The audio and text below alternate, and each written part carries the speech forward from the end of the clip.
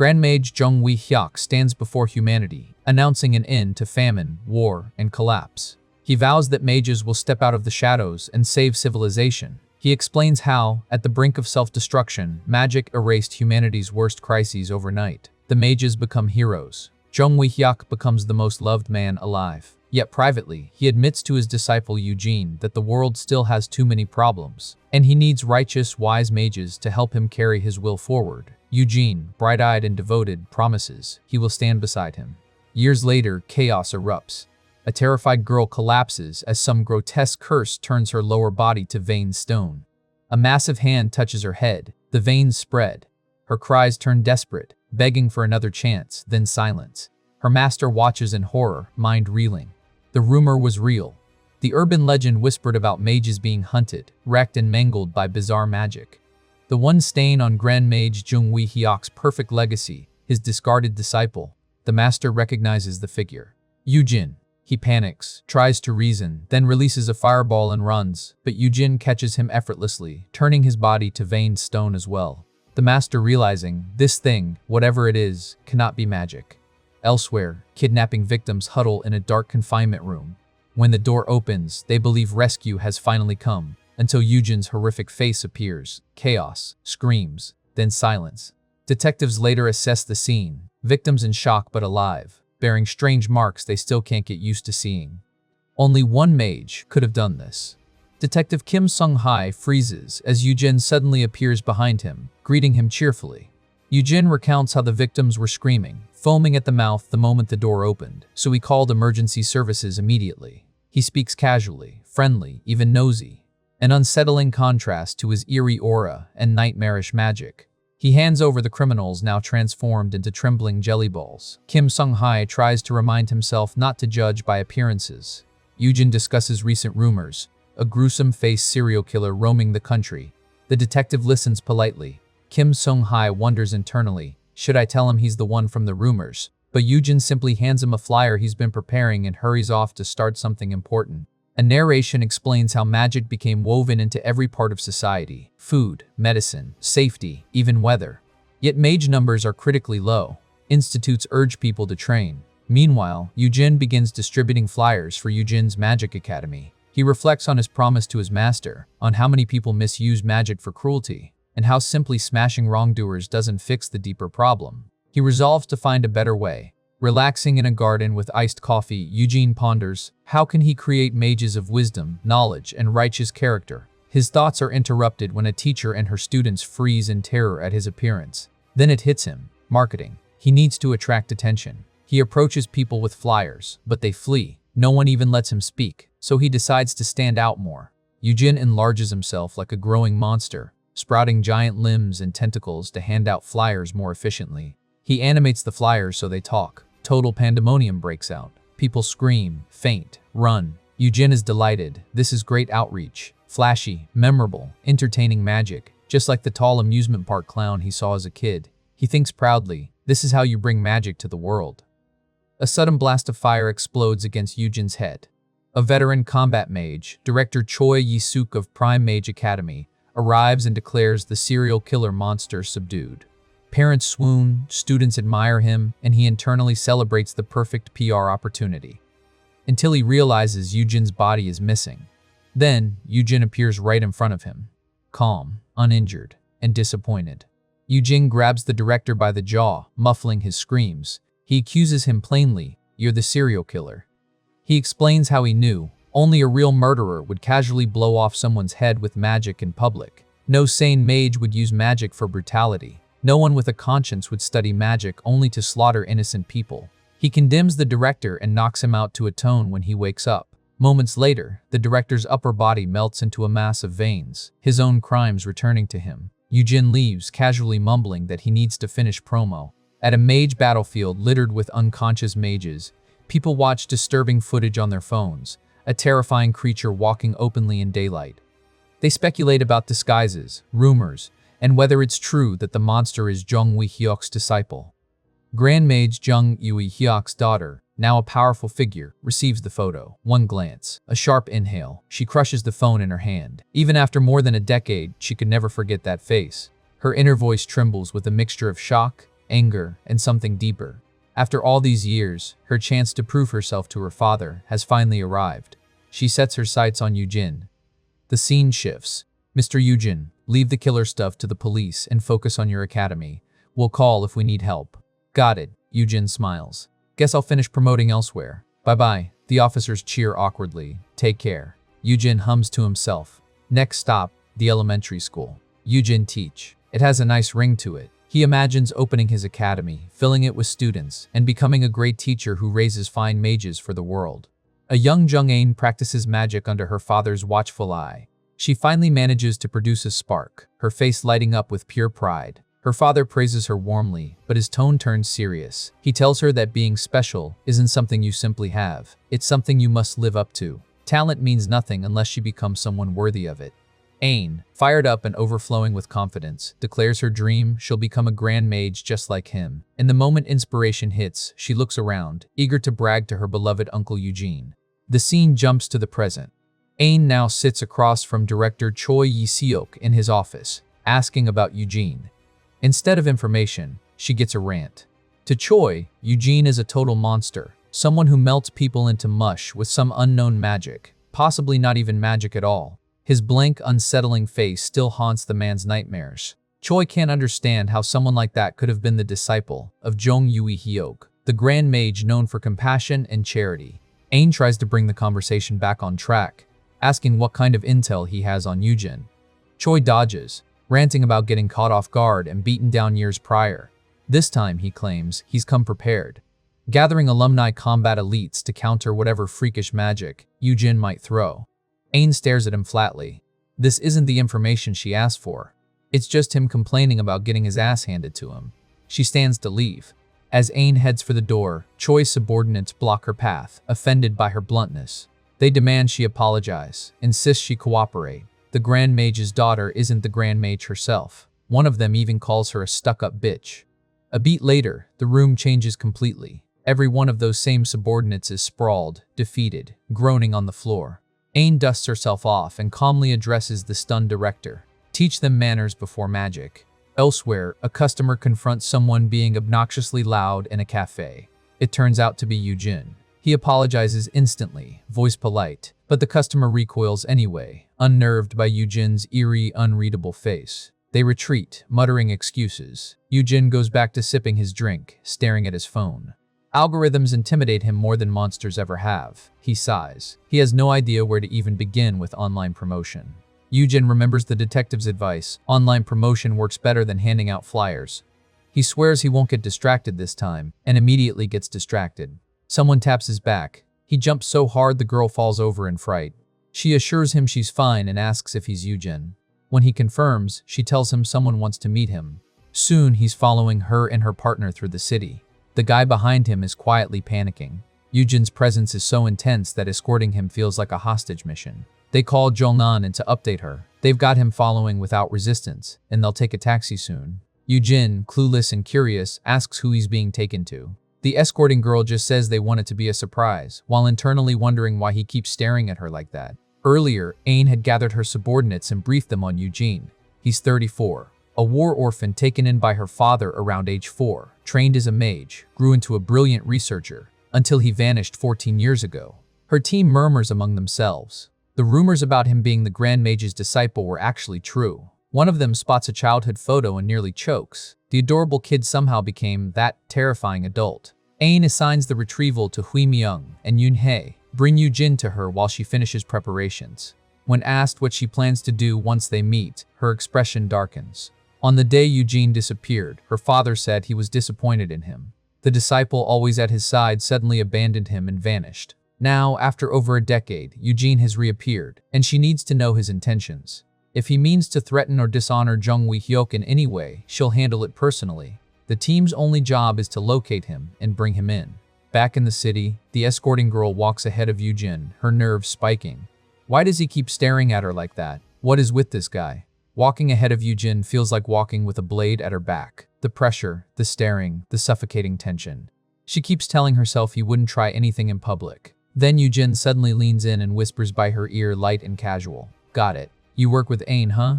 She reacts on instinct. A spear of ice lashes out and slices through his hand before he even finishes the sentence. She shouts for a plan change, subdue him, and drag him in. Her partner activates his magic with a resigned groan. I knew it had come to this. A massive blast of blue energy crashes down from above, engulfing Yujin. The two subordinates bicker as smoke clears. One accuses the other of ruining the plan. The other snaps back, saying anyone would panic if Yujin stared at them like that and reached out. Then their voices die. The street darkens as Yujin rises out of the crater, hand regenerating smoothly from where it was sliced off. His expression is unreadable. He apologizes, calmly, genuinely. He's sorry for startling them earlier, but this level of retaliation feels a bit much.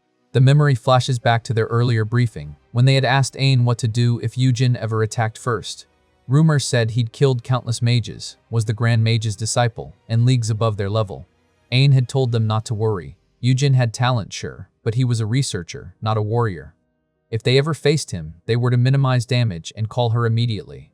Back in the present, Ain arrives to find her subordinates half dissolved, trapped in Eugene's strange regenerating magic, squirming, panicking, and thoroughly traumatized. Eugene moves toward them, but Ain blasts him away with a clean, powerful strike, then crouches to check her team. They scream warnings through their mushy forms. His magic regenerates endlessly, breaks through defensive spells, and if he touches you, you're done. They insist he's a total freak. Ain decides immediately they need to relocate. She activates a transportation spell, shifting the battlefield elsewhere. The world stabilizes in a new location. Yujin looks around, then spots her. His eyes light up. He calls her name with pure joy, amazed at how much she's grown, marveling at the 14 years that have passed. He gushes like an uncle reuniting with a beloved niece, recognizing her hat as the one from her father, proud she became a mage. Ain cuts through his warmth like a blade. Why did you do that to my people? Yujin sheepishly explains that he misunderstood earlier. He startled them. They attacked with lethal spells, so he just restrained them lightly until they calmed down. Ain has no patience for it. She doesn't care about the details. She admits she was agonizing over what excuse she'd need to justify fighting him. But now, she realizes she doesn't need one. He's already broken. Magic circles bloom around Ain, one after another. Layers of reinforcement, curses, armor, weaponry, shields, exoskeletons, everything she can stack at once. She trembles with emotion. How dare he leave her staff like that? How dare he drag her father's name through the mud? How dare he walk back into their lives after disappearing? If he insists on returning after all the damage he's caused, then he has to fall by her hand. She activates a movement spell, her form blurring, and launches herself straight at him. Director Choi Yi-seok's residence lies in ruins, still echoing with the aftermath of Jung-ain's magic. One furious subordinate seethes at the destruction, calling it an unforgivable humiliation for both the director and the academy. Even the fact that Ain is the Grand Mage's daughter isn't enough to calm his rage. He wants retaliation. Choi Yi-seok, however, shuts him down immediately. He knows better. Calm but heavy with memory, he recalls a past mission alongside the Grand Mage. That was the first time in his life he ever felt completely insignificant as a mage. The gap between them wasn't just large, it was incomprehensible. Choi admits the bitter truth. Even if every combat mage in the academy attacked together, they wouldn't so much as touch a single hair on her head. Her magic isn't just powerful, it's a natural disaster given form. The scene cuts to the present battlefield, where Jung-ain mercilessly overwhelms Eugene with relentless magic. As explosions shake the ground, one thought echoes in Eugene's mind. Something about this feels wrong. Eugene watches Ain's rage with confusion. He can't understand why she's so angry. Genuinely concerned, he asks if something bad happened, because the Ain he once knew wouldn't act like this over a bad mood. Her response is venomous. She calls him a traitor. She accuses him of betraying her father, disappearing without gratitude, and returning only to disgrace the title of Grand Mage's disciple. And as the real disciple, she declares his punishment. Explosive spells rain down, blasting Eugene into the ground without mercy. As Eugene is battered by magic, one word echoes in his mind: betrayal. He can't understand what he did wrong. After more than a decade apart, this is how she greets him? The world fades into a memory. A much younger Ain stands before him, anxious and powerless, still unable to use magic. Afraid she may never become a mage, she seeks comfort from her uncle. Eugene reassures her with warmth and certainty. She is the beloved daughter of the greatest mage alive. Together, they'll find a way. And when she finally can use magic, they'll study it together. She makes him promise. The memory fades back to the present. In his heart, Eugene apologizes. He never kept that promise. Across the battlefield, Ain realizes something horrifying. None of her magic is working. Every spell, Every element, every attack, not a single one gets through. To her, Yujin feels less like a man and more like an undying monster. And Yujin finally understands. He left without ever seeing Ain become a mage. Ain begins to breathe heavily. The toll of her own overwhelming power is catching up to her. Ain tries to regain control, steadying her heart. She reminds herself that regeneration magic has limits. There are always ways to suppress it. Then Yujin suddenly shouts her name. His voice isn't angry, it's warm, apologetic. He realizes the truth at last. She's not attacking him out of hatred. She wanted to show him, to show off how far she's come, to prove, to brag, to be seen. And instead of fighting back, he praises her. He tells her how incredible her magic is, how much effort it must have taken to master so many spells, how hard she must have worked. For the first time, Aine freezes. Yujin adds one more blow, soft yet devastating. Her father must be so proud. The scene shifts to the past. Ain, newly awakened as a mage, stands radiant as her father praises her talent and achievements. She boasts eagerly, desperate to grow stronger. Her father smiles warmly and tells her he'll wait for her to become a disciple as proud-making as Uncle Yujin. Back in the present, her entire life of relentless training flashes by. Every near-death effort, every achievement, every ounce of praise she lived for, all of it built on one goal, to be seen. Ain's resentment finally spills over. No matter how hard she trained, no matter how many achievements she piled up, her father never once called her his most proud disciple. Yet Yujin, the one who left, the one labeled a disappointment, he still remained by her father's side as that very disciple. Back in the present, Yujin recalls a teaching principle he once studied for his academy. Praise students' efforts clearly and actively. He genuinely believes this should finally calm her down. It does the exact opposite. Ain crushes open several energy capsules and swallows them without hesitation. Everything she's built, every drop of effort, she refuses to let it be brushed aside like a childish trick. Fueled by bitterness and pride, Ain begins drawing out an absurdly dangerous spell. If he's going to dismiss her power so lightly, then he'll face it head-on. She dares him to survive this one even with his precious regeneration. Her subordinates panic, screaming for her to stop. If she uses that spell here, everyone dies. Even Eugene is shaken. Eugene watches in awe as the magic structure forms. Three-wheel magic. He realizes it instantly. This isn't just talent. This is the result of unimaginable effort. His chest tightens with a completely different kind of emotion, pride. He wants to help her grow even further, to make everything she's built bear even greater fruit. As the demonized spear takes shape, Eugene suddenly moves. In mid-spell, his hand slips into Ain's casting form, seamlessly merging with her control. But what she needed wasn't praise.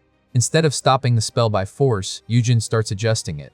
He explains the inefficiencies in her manual control circuit, tweaks her mana distribution, simplifies the spell's layout as if this is a classroom lesson, not a battlefield. From a distance, her subordinates stare in stunned disbelief, unsure whether they should feel lucky to be alive or consider themselves already dead. Eugene continues casually, even critiquing her high-speed movement spell from earlier. That's when Ain finally snaps. She explodes at him for doing it again, publicly dissecting her flaws, mid-battle, as if nothing has changed in over a decade. He's still the same oblivious man who critiques first and considers feelings later.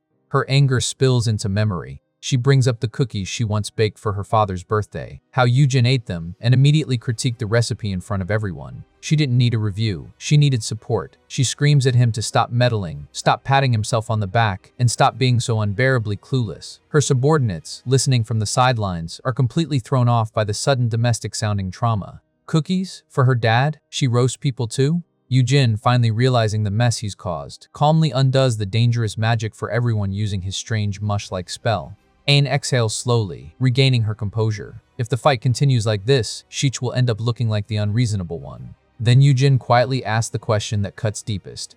When did she first start using magic? After everything they tried to help her, after every shared hope, she answers without hesitation. The day after Eugene left. One of Ain's subordinates suddenly realizes their face has returned to normal, gasping in relief, only to be instantly roasted by Ain without mercy. Business finished, she orders Huimyong and Yunhenie to withdraw. Then she turns back to Eugene. Her voice is calm now, too calm. She tells him she doesn't know what kind of life he's been living lately, but many mages have already abandoned him. Do whatever he wants, she says. Just don't drag her father's reputation down any further. If he insists on walking his own path, then he better do it carefully. Then the final blow lands. There's no need for him to return to her father anymore. For her and for her father, his empty seat no longer exists. As they prepare to leave, one subordinate hesitates, wondering what to do about Eugene. Ain turns back once more and asks where Eugene lives. They'll drop him off. Then she hands him her business card, not his family, as a last resort. She tells him to only call if there's real trouble, so he doesn't go running to her father again. No unnecessary contact, no emotional excuses. But instead of accepting the card with his hand, Eugene uses his magic. His body blends with hers for an instant and his hand slips through her chest, and he pulls out her heart. The world plunges inward, deep into Eugene's thoughts. He always hoped it wasn't true. He tried to understand. He told himself there had to be a reason. The past resurfaces in fragments. His master, Ain's father, cutting into him without mercy, tearing out his heart and holding it in his hand. That was the promise Eugene forced himself to believe. Back to the present. Eugene now stands holding Ain's heart in his own hand. It is identical to the one taken from him long ago. His voice trembles as he finally asks the question he's been avoiding for years. Master, what did you do with the heart you took from me? The reality becomes unbearable. This is something Eugene simply cannot accept. Friedrich storms in, furious, demanding to know what Jung Yui-hyuk has done. Yui-hyuk barely flinches, lazily complaining about the volume before dropping the real bomb. Exposing magic to ordinary humans was never part of the original plan. Friedrich explodes. Humans were hidden from magic for centuries for a reason. They destroyed themselves with their primitive knowledge. Before, and now Yui-hyuk is handing power to the unqualified. This wasn't about sharing swords with children, it was about mages ruling from above. Yui-hyuk snaps back just as sharply. Mages are humans too. The silence between them is heavy with betrayal. Yui-hyuk argues that hiding only caused magic to rot in stagnation. Revealing it isn't destruction, it's the beginning of shared prosperity. Friedrich responds with a spell. With a casual flick of his wrist, the structures behind them are obliterated in a violent blast. Lives erased in an instant. And he calls that mutual prosperity. Yui-hyuk doesn't back down. He tells Friedrich to simply watch. This era and mages themselves will change. And among the powerless lives Friedrich mocks so easily, there may one day rise a mage so terrifying that even the strongest grand mage will be forced to acknowledge them. For the first time, Yui-hyuk calls Friedrich a mere mage who dares defy him. The scene cuts sharply to Jung-un, sleeping on a couch. Voices seep into her consciousness. She stirs, opens her eyes. Her subordinates whisper nearby, shaken by what happened. One of them notices she's awake. Ain, disoriented, asks the first thing on her mind. Where is she? Eugene looms into view with his terrifyingly calm face. One of the subordinates explains she's at Eugene's academy, her uncle's place. The academy director. Eugene cheerfully confirms it. His uncle is opening a magic academy, and it's right before launch. He's swamped finishing the interior, recruiting students, even trying social media promotion for the first time. As Eugene babbles on, Ain touches her chest internally, stunned. My heart, there's no problem with it. Did he seriously pull it out with magic and shove it back in? She snaps at her subordinates in disbelief. They were casually chatting with the person who cripped her heart out. They panic at her wording and hurriedly clarify. This is Eugene, the academy director. And worse, he already knew everything about her secret heart condition. The explanation hits hard. Ain used massive magic earlier. The shock from collapsing likely forced her weakened heart into a dangerous state. And that's why Eugene intervened. The subordinates explain how terrified they were when Ain collapsed. Eugene carried all of them here in a panic. A hospital was impossible. Her condition is classified. Ain bows slightly to Eugene, apologizing for the intrusion and saying she'll leave now. But Eugene stops her. His uncle wants to speak with her. Something important. Ain turns to her subordinates and tells them to head home first. As they walk through the streets, they gossip freely, joking about how their terrifying chief somehow has an unbelievably soft personality. One of them admits they finally understand why she gets scammed so easily. The two reflect on the irony of their situation. Their chief is about to meet one-on-one with the man who ripped her heart out while she was alive. They glance again at the academy flyer from earlier. Teaching students, with that face and that magic, it sounds insane. But they can't deny the skill. Regeneration that brutal. Attacks that pierce defense magic. It is as tempting. They scoff at the idea that their chief would sell her livelihood-level magic just for money. Clearly, this is just promotion. Then suddenly, Wim Young bumps into someone. Before they can move on, the stranger casually identifies them from online videos. Mages who work with the Grand Mage's daughter, Zhang Ain. Unwanted fame, apparently. They try to laugh it off. And then the stranger speaks again with amused warmth. It's Friedrich, one of the greatest mages alive. And he didn't expect young people to recognize him so easily either.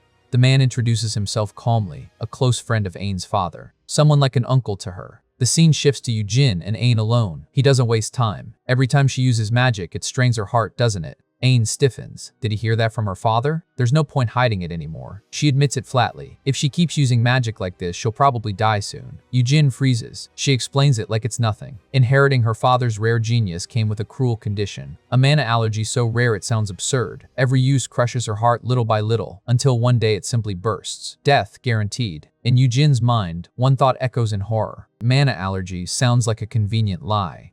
Ain immediately snaps back. So that's why he ripped open her chest to check. She calls him impulsive, unchanged, and tries to stand. She has mountains of work waiting. Before she can even rise, Eugene grabs her wrist. He speaks fast now. The world doesn't only need mages. There are countless paths she could take. Instead of living on borrowed time, she could choose another life. His uncle will help her. She could start fresh. That's when Ain explodes. She yanks her hand back. He crossed the line, and she makes it clear. He has no right to interfere in her life anymore. She tells him the truth coldly. This life is hers. Being special, being an Archmage's kin. This curse, this sickness, this burden, it's hers to carry. And if the only way to live as a normal human means abandoning that specialness, she'd rather just die. Then she looks at him sharply and mocks his academy plans. A magic academy suits him perfectly. Instead of meddling in her life, he should focus on finding students who'll pay him and actually listen. Eugene softly calls her name. He's about to say the truth, but the moment is stolen. Her phone rings. It's Yunhae. Something is wrong. Ain hears it in her voice instantly. She tells her to hang in there. She's coming right now. She rushes out, apologizing briefly. Left behind, Eugene stands frozen. Should I have told her? The world fades into memory. 14 years ago. Eugene and Ain's father stand over failed simulations. Even using every medical spell he knows, Eugene can't stop mana rejection in someone innately unable to accept it, especially when transplanting a mage's heart. If they could solve this single issue, they could create great mages with integrity and wisdom. Ain's father stops him. Implanting Eugene's heart, packed with the highest mana, into a child not even 8 years old, is he truly willing to do that? Eugene doesn't hesitate. Ain is his precious niece, his master's daughter. Of course he would give her the best he has. But even then, living on borrowed time would only delay the inevitable. They shelve the method. There has to be another way. Back in the present, Eugene's thoughts unravel. Even if he told her now, Ain would never stop. Should he have restrained her by force, sealed her magic? Then the final truth crashes down on him. Ain is dying. Because of him. Just like 14 years ago, he has no choices left. None at all. Eugene stands alone with his thoughts, drowning in guilt. He calls himself what he's always feared most, a useless coward. The doorbell rings. The scene cuts to Zhong'an meeting Friedrich. He casually examines her, unimpressed. Aside from hair and eye color, he doesn't see much resemblance. That hat, though, it stirs old memories. Ain feels it instantly. The pressure of just standing in front of him is overwhelming. This is real. This man was once her father's right hand. The traitor who shattered multiple cities by defying him. Friedrich sips his drink lazily, muttering about nostalgia. A name echoes in Ain's mind with pure dread. Friedrich Gomorrah. In a blink, Ain's subordinate is lifted helplessly into the air by bizarre, unseen magic. Her heart sinks. The strongest combat mage alive. With the same effortless force, Friedrich flings both subordinates across the ground and tosses them near her like discarded objects. He clicks his tongue in irritation. Why does she keep weaklings like this around? They're not even useful as errand boys. On the ground, barely conscious, they force out warnings. Run. They apologize for calling her. They were just too scared. Ain doesn't hesitate. She casts a transportation spell instantly, sending them to the hospital. They barely have time to process it. One blurts out in shock. Did she just thank them for everything? They vanish. Ain whispers a quiet apology. Friedrich watches calmly. She's had enough time to sort things out. Now it's her turn to help him. He's going to meet her father, Zhong Wei-hyuk, for the first time in 30 years. Friedrich smiles coldly. He can't show up empty-handed. The daughter's neck should make a perfect gift. Wouldn't a 30-year reunion be that much more dramatic? Ain's response is instantaneous and merciless. A so-called old friend who doesn't even know her father's tastes isn't getting past the door. Her father won't be seeing him today. She spreads killing intent through the air and offers him something else instead, a place to die honorably. Zhong Ain's two subordinates lie broken and unmoving near the hospital entrance, soaked in blood and barely clinging to life. Medics rush in, shouting orders. Massive blood loss, critical condition, straight to resuscitation. The chaos fades. The scene shifts to a quiet room where the detective sits across from Eugene on a couch, awkwardly explaining that the department prepared a guide for social media promotions just like he asked. He tries to sound upbeat, but the pressure in the room is suffocating. Watching Eugene mope in silence feels downright terrifying.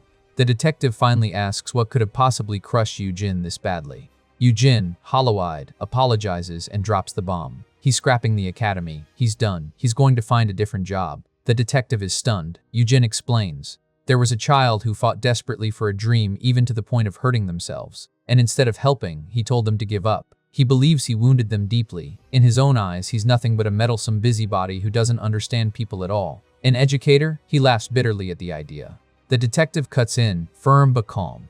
As a detective, he says, it's painfully common. He's saved victims only to be yelled at for broken doors. He's rescued someone from jumping, only to be slapped in the face afterward. People ignore danger. People reject help. That doesn't change the duty. Should he have left them to die? No. Saving them was still his job. He looks Eugene in the eye and tells him, if a student is blind to their own suffering, the role of an educator is to show them the danger, worry with them, and help them find a way through it. That's the job. Inside, Eugene admits quietly to himself that that's exactly what he wanted to do. He just never knew how. The detective softens. This is a world with magic. If there's a way through anything, it has to be out there somewhere. And suddenly, Eugene's eyes sharpen. Of course, why didn't he think of that before? The world violently shifts. The battlefield between Jung-ein and Friedrich erupts across shattered mountains and gouged earth. A blazing fire spell tears toward Ein. She blocks it coldly with Mana Bullet XIO. The clash alone reshapes the terrain. Ein vanishes. She reappears behind Friedrich in an instant, unleashing second ring magic in a terrifying chain, super vibrating rebar, axe blade storms, telekinetic strikes, mana blades all at once. Friedrich barely holds the line, raising a red barrier and detonating a counter-fire spell that blasts Ein away. Even as she's thrown back, Ein fires telekinesis at full output. The ground rises like a massive wave and crashes down on Friedrich, burying him alive. Ein staggers, visibly exhausted. Then, she hears his voice from beneath the crushed earth. He calmly dissects her power, the absurd number of attributes, the reckless layering of spells, the vast mana capacity capable of overturning mountains, all of it acknowledged, all of it judged. Friedrich erupts back out of the rubble using the same fire element, barely scratched. He looks at Ein with a faint smile. So, is that the kind of praise she wanted to hear? Yes, she can spam countless spells, but she hasn't truly mastered a single one. He didn't come all this way to watch a flashy talent show. That's when he notices it. Ein isn't listening anymore. In front of him, she is already forming something far more dangerous. A third ring spell begins to manifest. Meteor, Spear of the Pupil. The sky itself screams as the spell descends, erasing everything in its path.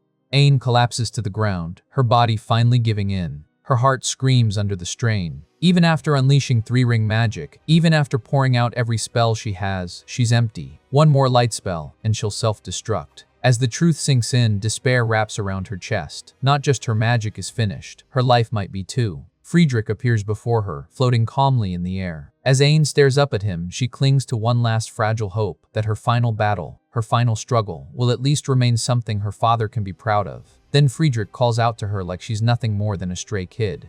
Instead of killing her, Friedrich tells her to go home. That alone shocks her. Coldly, he admits he expected a masterpiece from the blood of Jong-wee Hyuk, but what he saw was nothing more than crude magic bloated with raw firepower and flashy effects. Her 3-ring spell? Just 3 unstable rings smashed together with no elegance. He's not impressed. He's disappointed. Then he twists the knife deeper, saying he almost feels sorry for the Grand Mage for having a failure like her as his offspring. Killing her, he says, would only be doing her father a favor. Then Friedrich turns away. He refuses to do anything that would benefit Jong-wee Hyuk, even killing his daughter. The weak subordinate she brought as bait already told him everything he needed to know. She bored him. He tells her to go home, wash up, and sleep. Just like that. Ein panics as he starts to leave. She screams after him, demanding he finish it, reminding him that he promised to take her head to her father.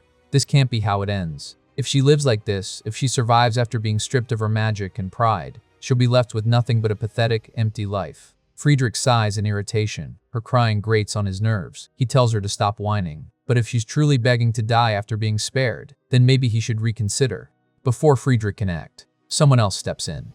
Out of nowhere, Eugene appears in front of Ein, completely calm, as if he's just walked into an inconvenient scene. He glances around casually. Oh, so this is where Ein went. Ein stares up at him in disbelief. Uncle, Eugene? Eugen's phone rings out of nowhere. The moment he hears who's on the line, his tone shifts. Friedrich, that old man. He pieces everything together quickly, already pinpointing the location. There's no hesitation. Ain is in danger, and he's moving immediately. He turns to Detective Kim with an apologetic look, explaining that something extremely urgent has come up. Kim doesn't press him and urges him to go. Before leaving, Eugen asks for the flyer Kim is holding. He scribbles something on it while quietly apologizing for the worried expression he'd been wearing earlier, especially after Kim took time out of a busy schedule just to check on him. Kim brushes it off, slightly embarrassed, calling himself nosy. With a flash of magic, Eugen opens an actual window through the wall and prepares to leave. He thanks Detective Kim, admitting that those nosy words gave him the courage he needed. He promises to get in touch once he finishes the urgent business. Kim watches him leave through the window in stunned silence. Just how urgent is it if he's leaving through the wall? Eugen looks energized again, but in the creepiest way possible. Eugen soars through the sky in a new bird-like form, eyes locked on his destination. This is the place mentioned in the call. As he surveys the ground below, he whistles at the devastation. The entire area looks like it was wiped out by a missile strike. If magic caused this level of destruction, then the enemy is no joke. As Eugen flies overhead, a familiar voice cuts through the chaos.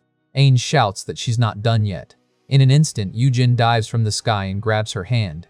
Ain freezes in shock, completely unprepared for his sudden appearance. She demands to know how he found her. Eugen casually explains that Go Huimyong, the man working with her, called and warned him. Before he can even finish his sentence, a brutal strike slams straight into his head. Friedrich steps forward, clicking his tongue in disgust. He mocks Eugen's appearance, even asking if he's Ain's boyfriend. Interrupting him is bad enough, but looking that hideous is apparently unforgivable. Eugen, unfazed, bends casually while keeping Ain protected, remarking that Friedrich's temper hasn't changed since the old days. He asks for a moment, promising to deal with him right after he finishes talking to Ain. Ain stares in absolute disbelief. Then Eugen does something impossible. He reaches into Ain's chest and pulls out her heart still beating in his hand. Her mind blanks.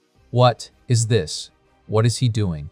Eugen calmly shows it to her, explaining that her heart is in such a dangerous state that it could explode at any moment, but she cuts him off, shouting him down. She tells him not to interfere. Not now, not ever. This isn't meddling, it's her choice. Then the real reason spills out. She refuses to let him take away her chance to die as Oh Jung-Wi-Hyok's daughter. Eugen freezes at the word ruin. Then his anger finally explodes. What kind of adult would stand by and let a child march toward death without stopping her? His voice shakes the battlefield. Ain falters. If not this, then what is she supposed to do? Ain breaks down completely. This is her only chance to be special to her father.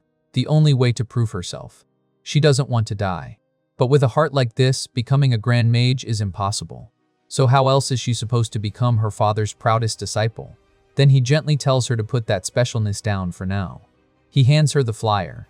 If she promises not to give up on life, if she gives him the chance to take responsibility, then no matter what it costs, he will make her a grand mage. Ain doesn't answer right away. Even her father couldn't save her. So how could Eugen? She swallows the doubt before it can escape, because standing in front of her is the man she always desperately wanted to become, her father's proudest disciple. She forces out a shaky joke, accusing him of threatening people by grabbing their hearts. Unbelievable, truly. Still, her doubt is already cracking. Ain finally decides. She'll take the chance. Should she call him master? Uncle? Maybe this man can let her dream again. The dream she already buried. Eugen rejects the title instantly. Too old-fashioned. Then, grinning like an idiot, he squeezes her heart so hard impurities burst out of it. Call me Teacher Eugen to be trendy. Ain completely loses it. Teacher? You crazy bastard. What are you doing? Then she blinks. It doesn't hurt. Inside, Eugen quietly makes his wish. It was good to see her again after so long. Shameless as it is, he has a favor to ask. Not as his heart anymore, but as Jane's heart. The heart melts back into her body. The overflowing mana is gone, completely silent, yet her heart feels peaceful. For the first time, her body feels like it truly belongs to her again. She can still live, still aiming for grand magic.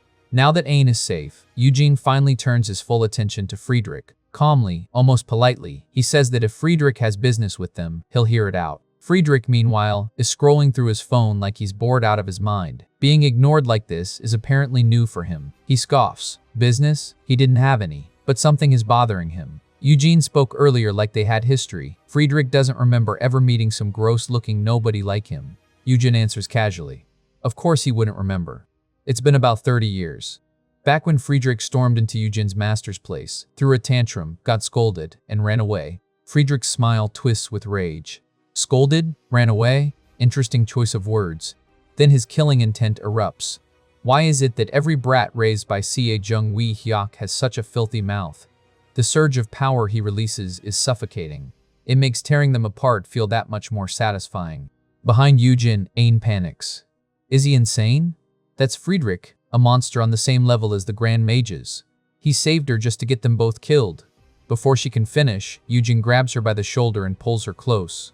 Instead of fear, Eugene smiles. This actually works out well.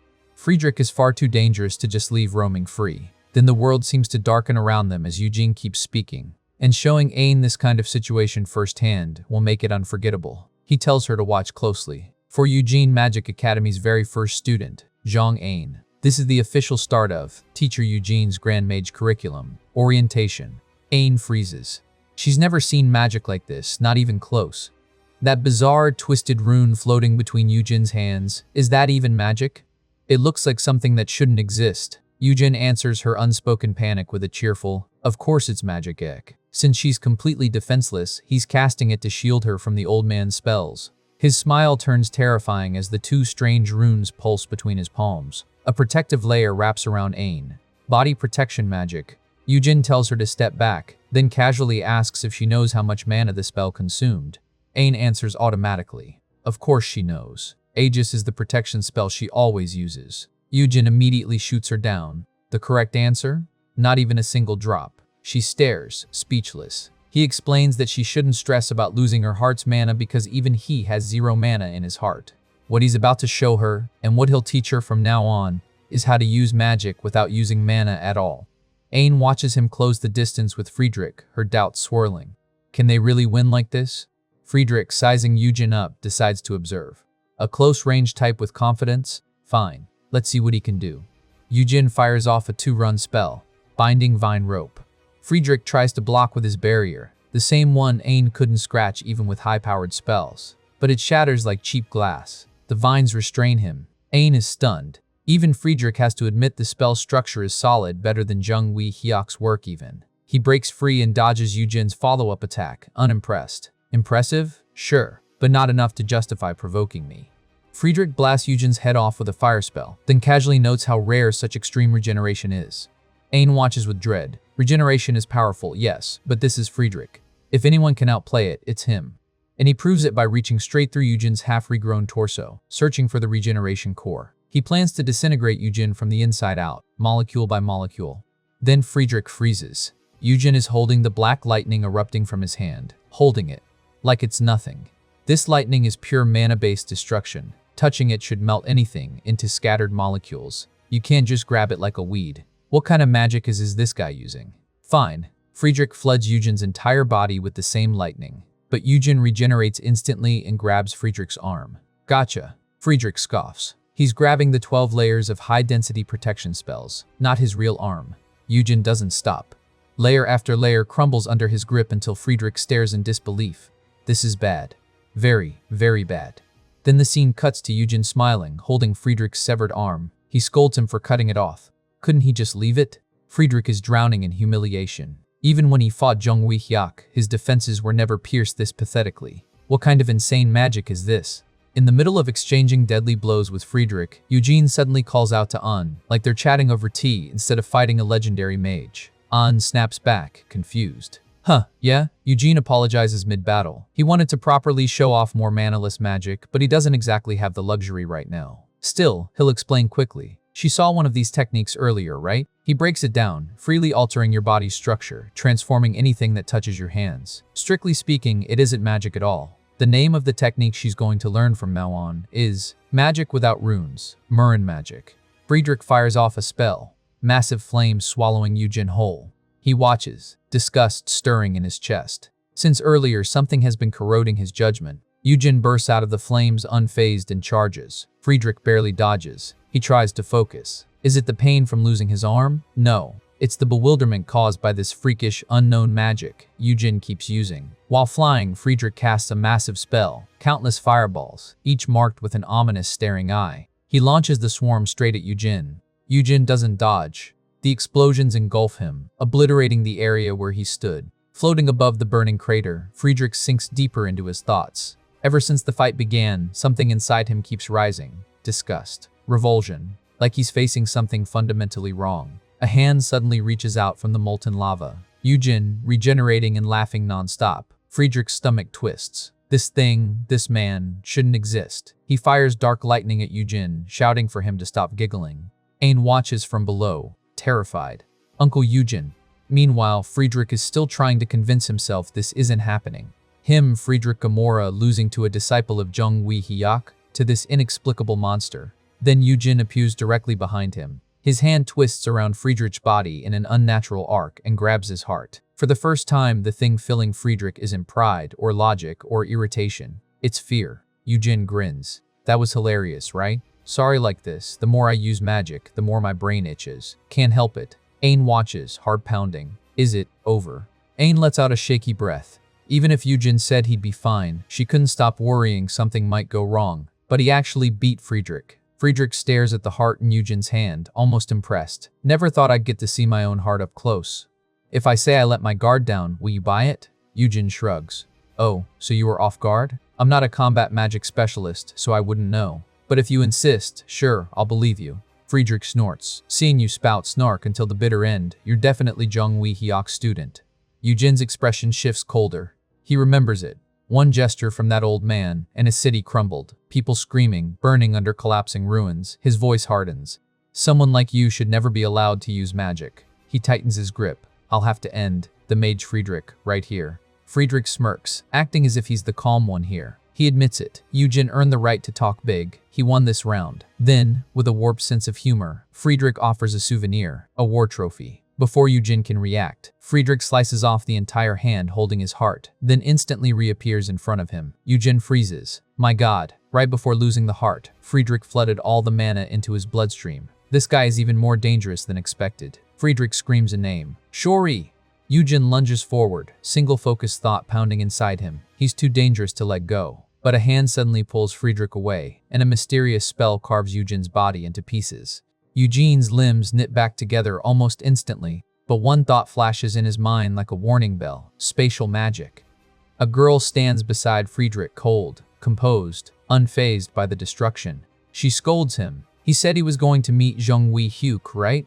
Then who was that monster they just fought? One arm missing, heart ripped out. He's a mess. She decides they're leaving immediately, but Friedrich waves her off. Hold on, because Eugene is charging at them again.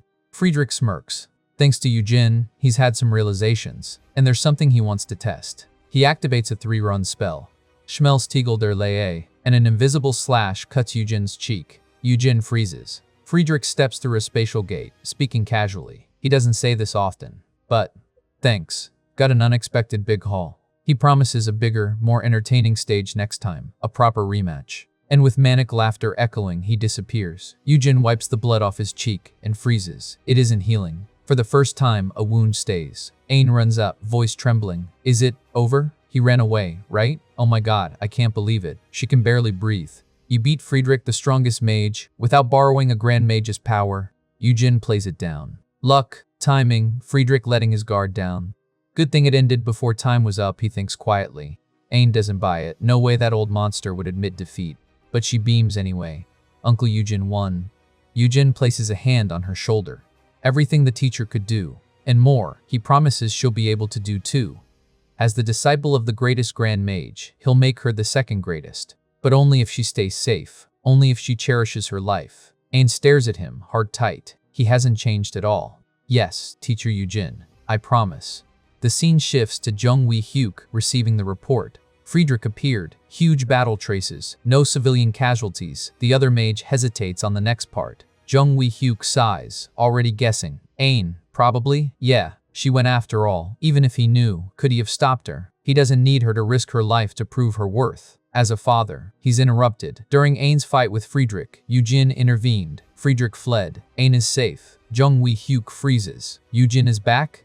Under harsh surgical lights, Friedrich lies open on the table while 3 people work desperately to keep him alive. One assistant hesitates, voice shaking, questioning whether saving this man, a known terrorist, is even right.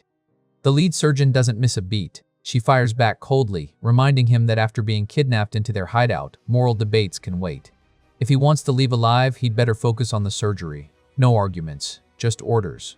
A strange woman appears out of nowhere, dragging someone along. She addresses Friedrich with reverence. Elder. The surgeon reports his condition, barely alive, but still holding on.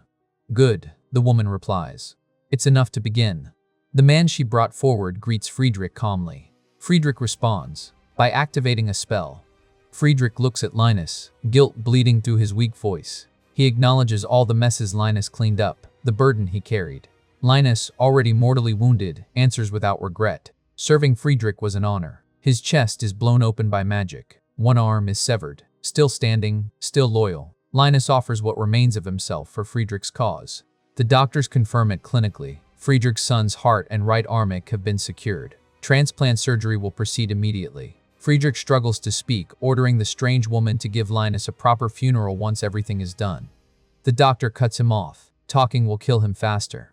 Ignoring the warning, Friedrich gives his next command. Zodiac, assemble everyone. Something has changed in him. As Friedrich fades in and out, he recalls Jung Uihyok's words about weak, insignificant lives and the terrifying mage that might rise among them. Back in the operating room, Friedrich admits it. The times have changed. Mages have changed. And whatever comes next won't follow the path Jung Uihyok imagined. Elsewhere, Ain calmly sips coffee for the first time. Bitter, nutty, underwhelming but impossible before, thanks to her heart condition. Now, she feels better than she ever has. Her subordinates can barely believe they survived. Recovery magic saved them, unexpectedly delivered by Eugene, crashing into the ER like a lunatic hero, terrifying everyone in the process. Ain brushes it off. That unpredictability is just who he is. Ain confirms it. She's shutting things down. She's no longer a mage and can't take commissions. For now, the truth will stay hidden. Official story after effects from the battle with Friedrich. She's going abroad to recover. In reality, she'll be staying quietly with Eugen while he helps her regain her magic, however long that takes. Her subordinates don't say it out loud, but they see it. She looks calmer now than she ever did at her peak. They reflect silently. Ain was always sharp, cold, obsessed with results. Now, there's a peace about her, and they know exactly who's responsible. Calling Eugen instead of Grand Mage Jung Uihyok had felt like a gamble. Now, it feels inevitable. The door slams open. Someone charges in, grabs Ain in a hug, and completely loses it. Retirement? Impossible. The world can't handle Mage Jung Ain disappearing. Ain sighs. Again, it's not retirement, it's rehab. The panic only escalates. He'll follow her abroad, take care of her, do anything. Until another subordinate yanks him back by the neck and shuts that down fast. A repaired hat is returned to Ain, its magic restored as much as possible. She accepts it without complaint, thanking everyone sincerely one by one. She reassures Yunye she would have gone that day no matter what. She thanks Wei Myung quietly, deeply, because without him, she wouldn't be here at all. Ain finishes saying her goodbyes, apologizing for dragging everyone down with her shortcomings. She tells them plainly, people with their talent deserve bigger stages and better roles. She promises she'll work herself to the bone, recover properly, and return as a mage they can truly be proud of. As she walks alone through the city, her thoughts turn light for the first time in a long while. She's excited. No more agonizing over how to end things. Eugen proved himself, and more importantly, he promised to make her just as capable as he is, maybe even stronger. Standing before Eugen's academy, she exhales. Her future is secured. This time, she'll trust him. Ain steps inside and calls Eugen's name. He looks genuinely surprised. Apparently, traffic was kind today. That surprise vanishes fast when Ain reminds him she explicitly asked for her arrival to remain a secret. Too late. A detective politely introduces himself, clearly starstruck. Ain returns the greeting with a professional smile, then turns slowly back to Eugen, biting her lip. So, he's been talking about her. Eugen, completely unrepentant, cheerfully explains that the man is Detective Kim Seung-hee, his teacher's friend, and very reliable. Nothing to worry about. Kim Seung-hee immediately senses danger and tries to excuse himself. Before Kim can escape, he reassures Ain that he won't say a word about her heart condition. Eugen casually adds that he could have stayed longer. That's when Ain snaps. As Eugen stands to walk the detective out, Ain grabs him firmly by the jaw and pulls him back. Her smile is sweet. Her tone is not. She reminds him publicly she's recovering overseas. If word gets out that the famous mage to18, daughter of the Grand Mage, is powerless and hiding out in Seoul, every villain with a death wish will come running. Yoo-jin stammers. He swears Kim's trustworthy. To18 does not look convinced. Outside the blast radius, Kim Sung-hee pauses, lost in thought. So this is to18. Growing up with that face, maybe that's what made her so tough. At least, he notes, she has someone close to her. He opens the door and freezes. Someone is standing right outside. He stammers Yoo-jin's name, announcing that a guest has arrived. To18, clearly done with responsibility, jokes bitterly that the academy might as well throw a full-blown Jung-un visit celebration party at this point. She washes her hands of it, declaring she'll wait outside until they're finished. But as she turns, she notices it. Eugene's expression has completely changed. The lightness is gone. His face is dark, tense, serious in a way that makes An stop cold. Whoever just arrived is not someone he wanted to see. The visitor casually lifts To18's hat, clicking his tongue. Hiding a face like that, he says, is a waste. To18 whips around instantly, eyes sharp, voice snapping, hands off. For a split second, pure instinct flares. How dare anyone touch her, of all people, without knowing their place? Then she freezes. The man just smiles, pleased. See? Total waste. He studies her openly, amused and impressed, calling her gorgeous with shameless ease. Long time no see. He asks how her body's holding up. To18's face burns red. Her words stumble out, small and awkward. She answers honestly, then quietly calls him father. She apologizes, admitting she never thought he'd come to a place like this. Her father laughs it off. Places like this are exactly where he should be. After all, this is where his precious firstborn is starting over, at an academy run by his proud disciple. The camera lingers on Yoo-jin. His face is swallowed in shadow, expression unreadable. The Grand Mage turns to him casually, calling his name, noting that he's grown taller. The narration finally lands the truth with full weight. Jung Wee-hyuk, Grand Mage. Yoo-jin stands stiff, sweat beating down his face as Jung Wee-hyuk speaks casually, almost fondly. So, he met Friedrich. That man is still wandering around, wasting his life, not acting his age. Jung Wee-hyuk even laughs it off, wondering if Friedrich's rebellion simply came late. Then thanks, quiet, sincere. Jung Wee-hyuk tells Yoo-jin he heard about everything, about how he saved To18's life. He praises his daughter, smart, kind, but reckless, and he admits it worries him. Finally, the words land like a weight on Yoo-jin's chest. He's glad Yoo-jin is his disciple. Yoo-jin's thoughts spiral instantly. Not here, not now. To18's watching. Stay calm, hold it in. This was inevitable. He always knew he'd have to face this moment. A flash rips through him. Jung Wee-hyuk standing over him, his body torn apart, his heart in Jung Wee-hyuk's hand. The memory snaps. Yoo-jin lunges forward. Instead of violence, Yoo-jin wraps Jung Wee-hyuk in a sudden, tight embrace. He speaks fast, rambling, like he's afraid to stop. He knows he doesn't deserve this, knows it's childish, but he couldn't hold back. He missed him. So much it scared him. He was afraid Jung Wee-hyuk wouldn't want to see him again. That fear kept him away all this time. So please, just for a second, let him stay like this. Jung Wee-hyuk smiles, resting into it. Even taller now, Yoo-jin is still just a kid. Sensing he should disappear, Detective Kim Sung-hee tries to slip away quietly. Jung Wee-hyuk stops him by name. Kim freezes. He knows him? Of course he does. Jung Wee-hyuk praises him, working tirelessly for public safety, taking good care of Yoo-jin. As Yoo-jin's master, he thanks him sincerely. Kim's brain short-circuits. Red-faced, barely functioning, he excuses himself. This man is on a completely different level, he thinks. In an insane way. Jung Wee-hyuk turns back to To18, asking directly if she's lost her magic. She confirms it. Now it makes sense why she came to Yoo-jin for help. Still, he tells her gently, if something this serious happened, she could have come to him first. To18 rushes to explain. It's not about trust. Jung Wee-hyuk cuts in warmly. She can trust Yoo-jin. He's the disciple Jung Wee-hyuk trusts the most. Maybe he can help her even more than her father can. So Jung Wee-hyuk steps aside. There's just one thing left to do. A parent-teacher conference. He tells To18 to wait a moment. And then, both he and Yoo-jin vanish without warning, leaving the air behind them unnervingly still. Jung Wee-hyuk speaks calmly, almost amused. He admits it. He was genuinely surprised. After ripping out Yoo-jin's heart, tearing his body apart, and throwing the pieces into a dimensional rift, survival should have been impossible. Yet here Yoo-jin is, always exceeding expectations. As he speaks, the memory becomes reality. Yoo-jin's body is suspended in the air, sliced into pieces, bound by glowing golden wires. Jung Wee-hyuk wonders aloud, what kind of price did Yoo-jin pay to come back from that? Yujin answers casually, as if recounting an accident.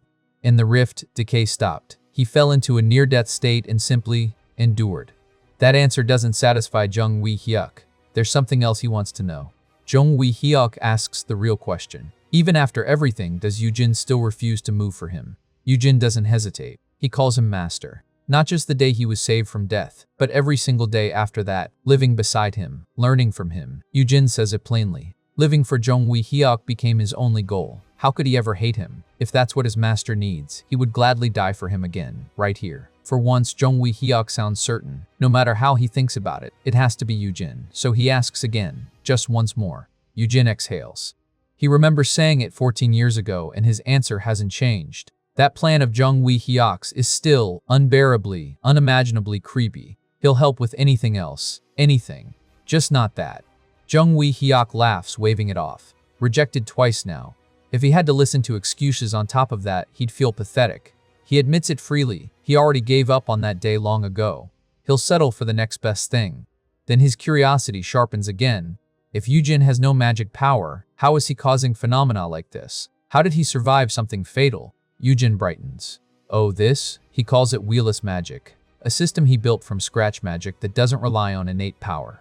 Something even people with no magic, or barely any at all, can use if they study and work hard enough. And for his first student, he chooses Ain. He'll teach her wheelless magic. He'll help her become a Grand Mage through it. And when future mages look up to Grand Mage Jung Ain, he'll raise countless kind, capable mages who protect the world. This is his dream. A gentle world, full of magic. A future built to protect people's happiness and hopes. Yujin finishes softly. If that dream comes true, Jung Wee-hyuk won't need to carry out his plan at all.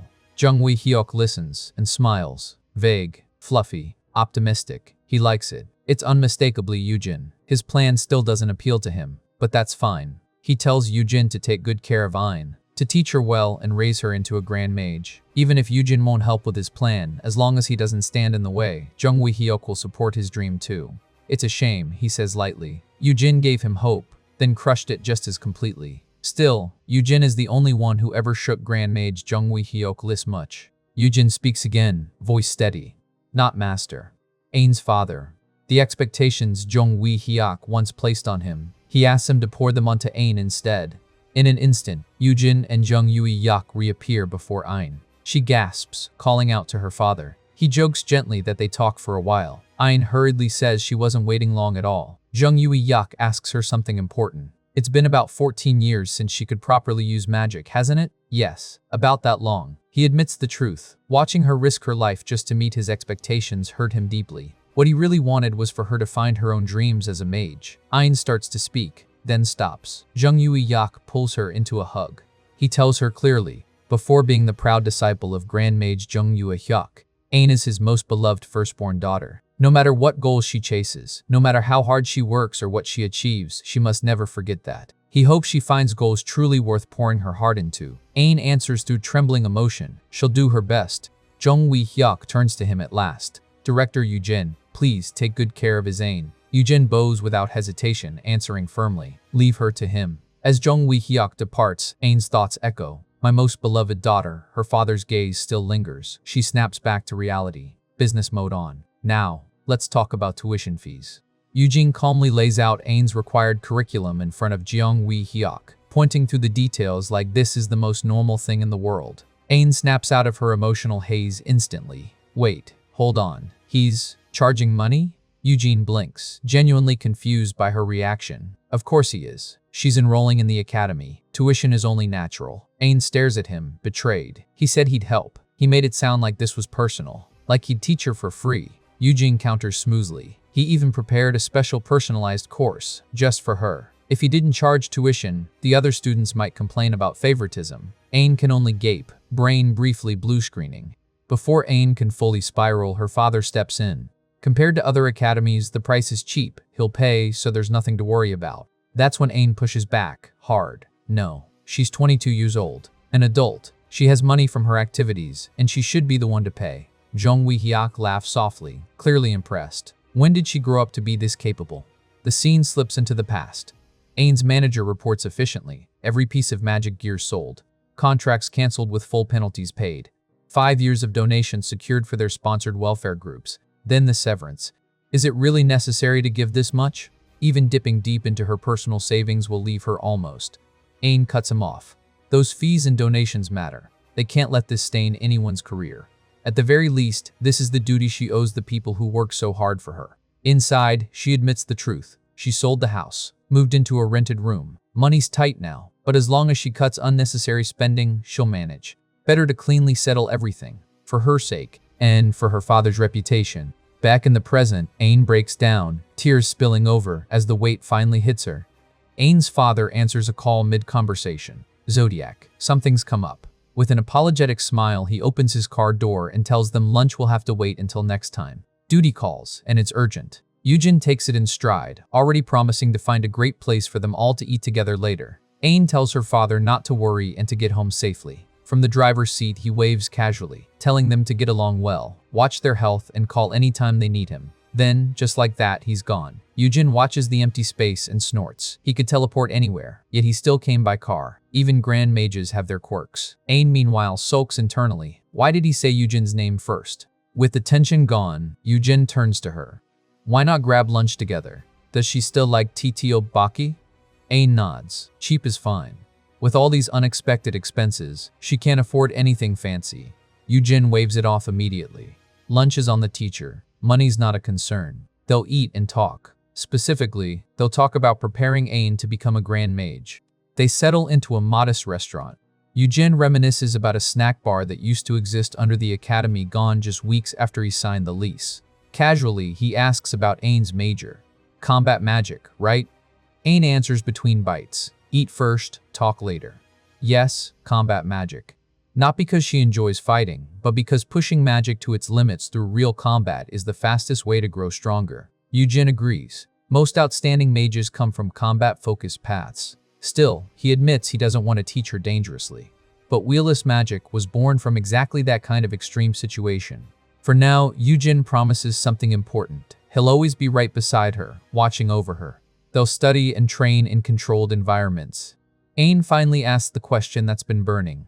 What exactly is wheelless magic? How do you practice it, and how does it turn someone into a grand mage? Yujin grins. As they walk through the streets, Yujin explains. Wheelless magic connects one's consciousness to all perceived and contacted matter and phenomena, allowing transformation and reconstruction at will. Once mastered, it doesn't just alter the body. It can change the properties, form, and mass of anything you touch. Ain stares at him. If she hadn't seen it herself, she'd think this was cult nonsense. No mana, no visible principle. How is this even possible?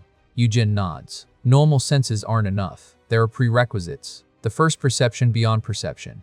Books slam down in front of Ain. Stacks of them. Yujin announces it proudly. Scientific understanding of the structures and properties of everything in the universe. Step 1. Memorize all of it. Perfectly. Just memorization. Nothing difficult. Ain picks one up, scanning the titles. Molecular structures, thermodynamics, human anatomy and physiology. These are books for scientists, doctors, researchers. Even specialists don't memorize these word for word, and some are in entirely different languages. She's memorized mana structures and magic circuits before, but this is completely outside her field. Yujin tilts his head. 2 weeks should be enough, right?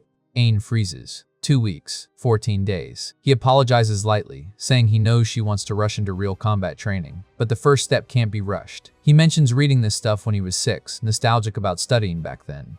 Ain listens in stunned silence. He's serious. He really thinks memorizing all this is no big deal. The gap between her and her father's proudest disciple hits her full force. And just like that, she feels herself starting from zero again.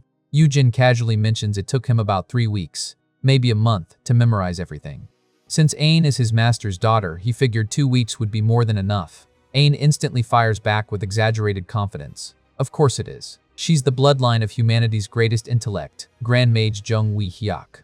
2 weeks for plain memorization would be too long. The words leave her mouth before her brain catches up. What am I even saying? Yujin chuckles, amused by her enthusiasm, and tells her not to rush. If she follows his carefully planned curriculum step by step, it'll take about 27 years and 7 months to become a grand mage. Ain freezes. Yujin notices immediately and tilts his head, asking what's wrong. Ain shakes it off, saying it's nothing. Inside, her thoughts spiral. 27 years, her expectations were warped by Yujin's absurd magic. No grand mage has ever reached that level in under a century. Even her father took over 100 years. It was such a distant, abstract goal that she'd never even considered a timeline.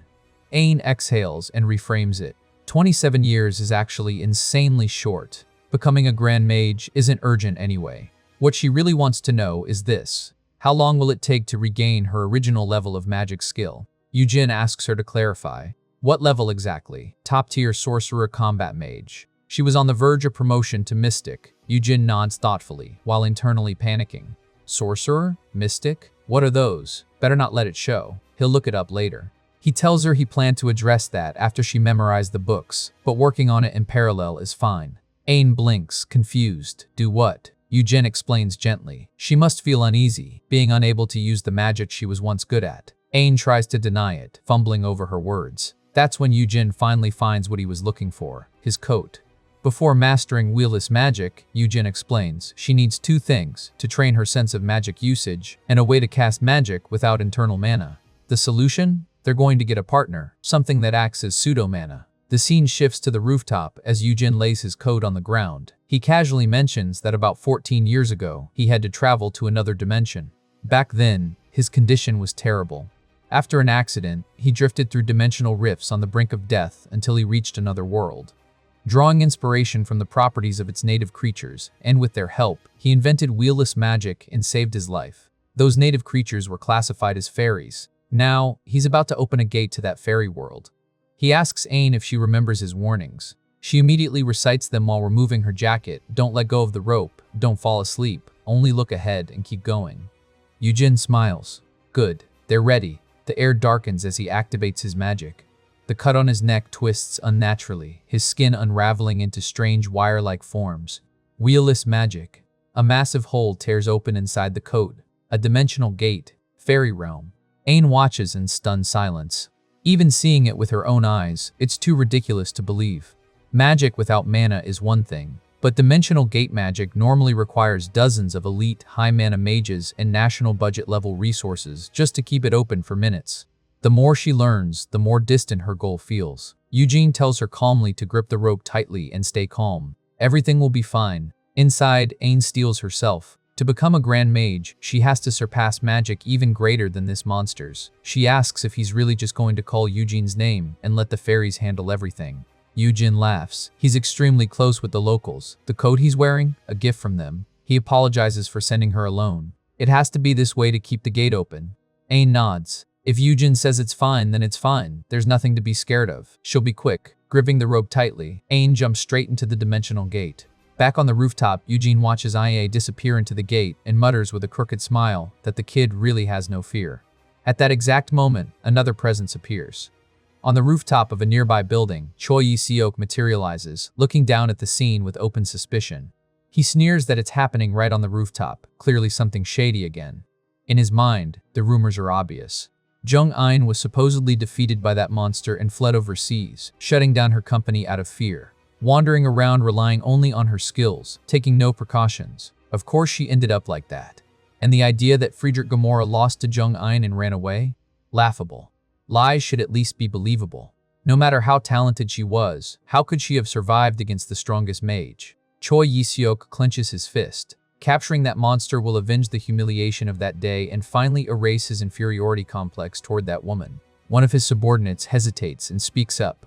Yujin isn't even wanted by the association or the police yet. Isn't this basically attacking an innocent person? Choi Yi-seok snaps back immediately. Innocent? How many times does he have to explain?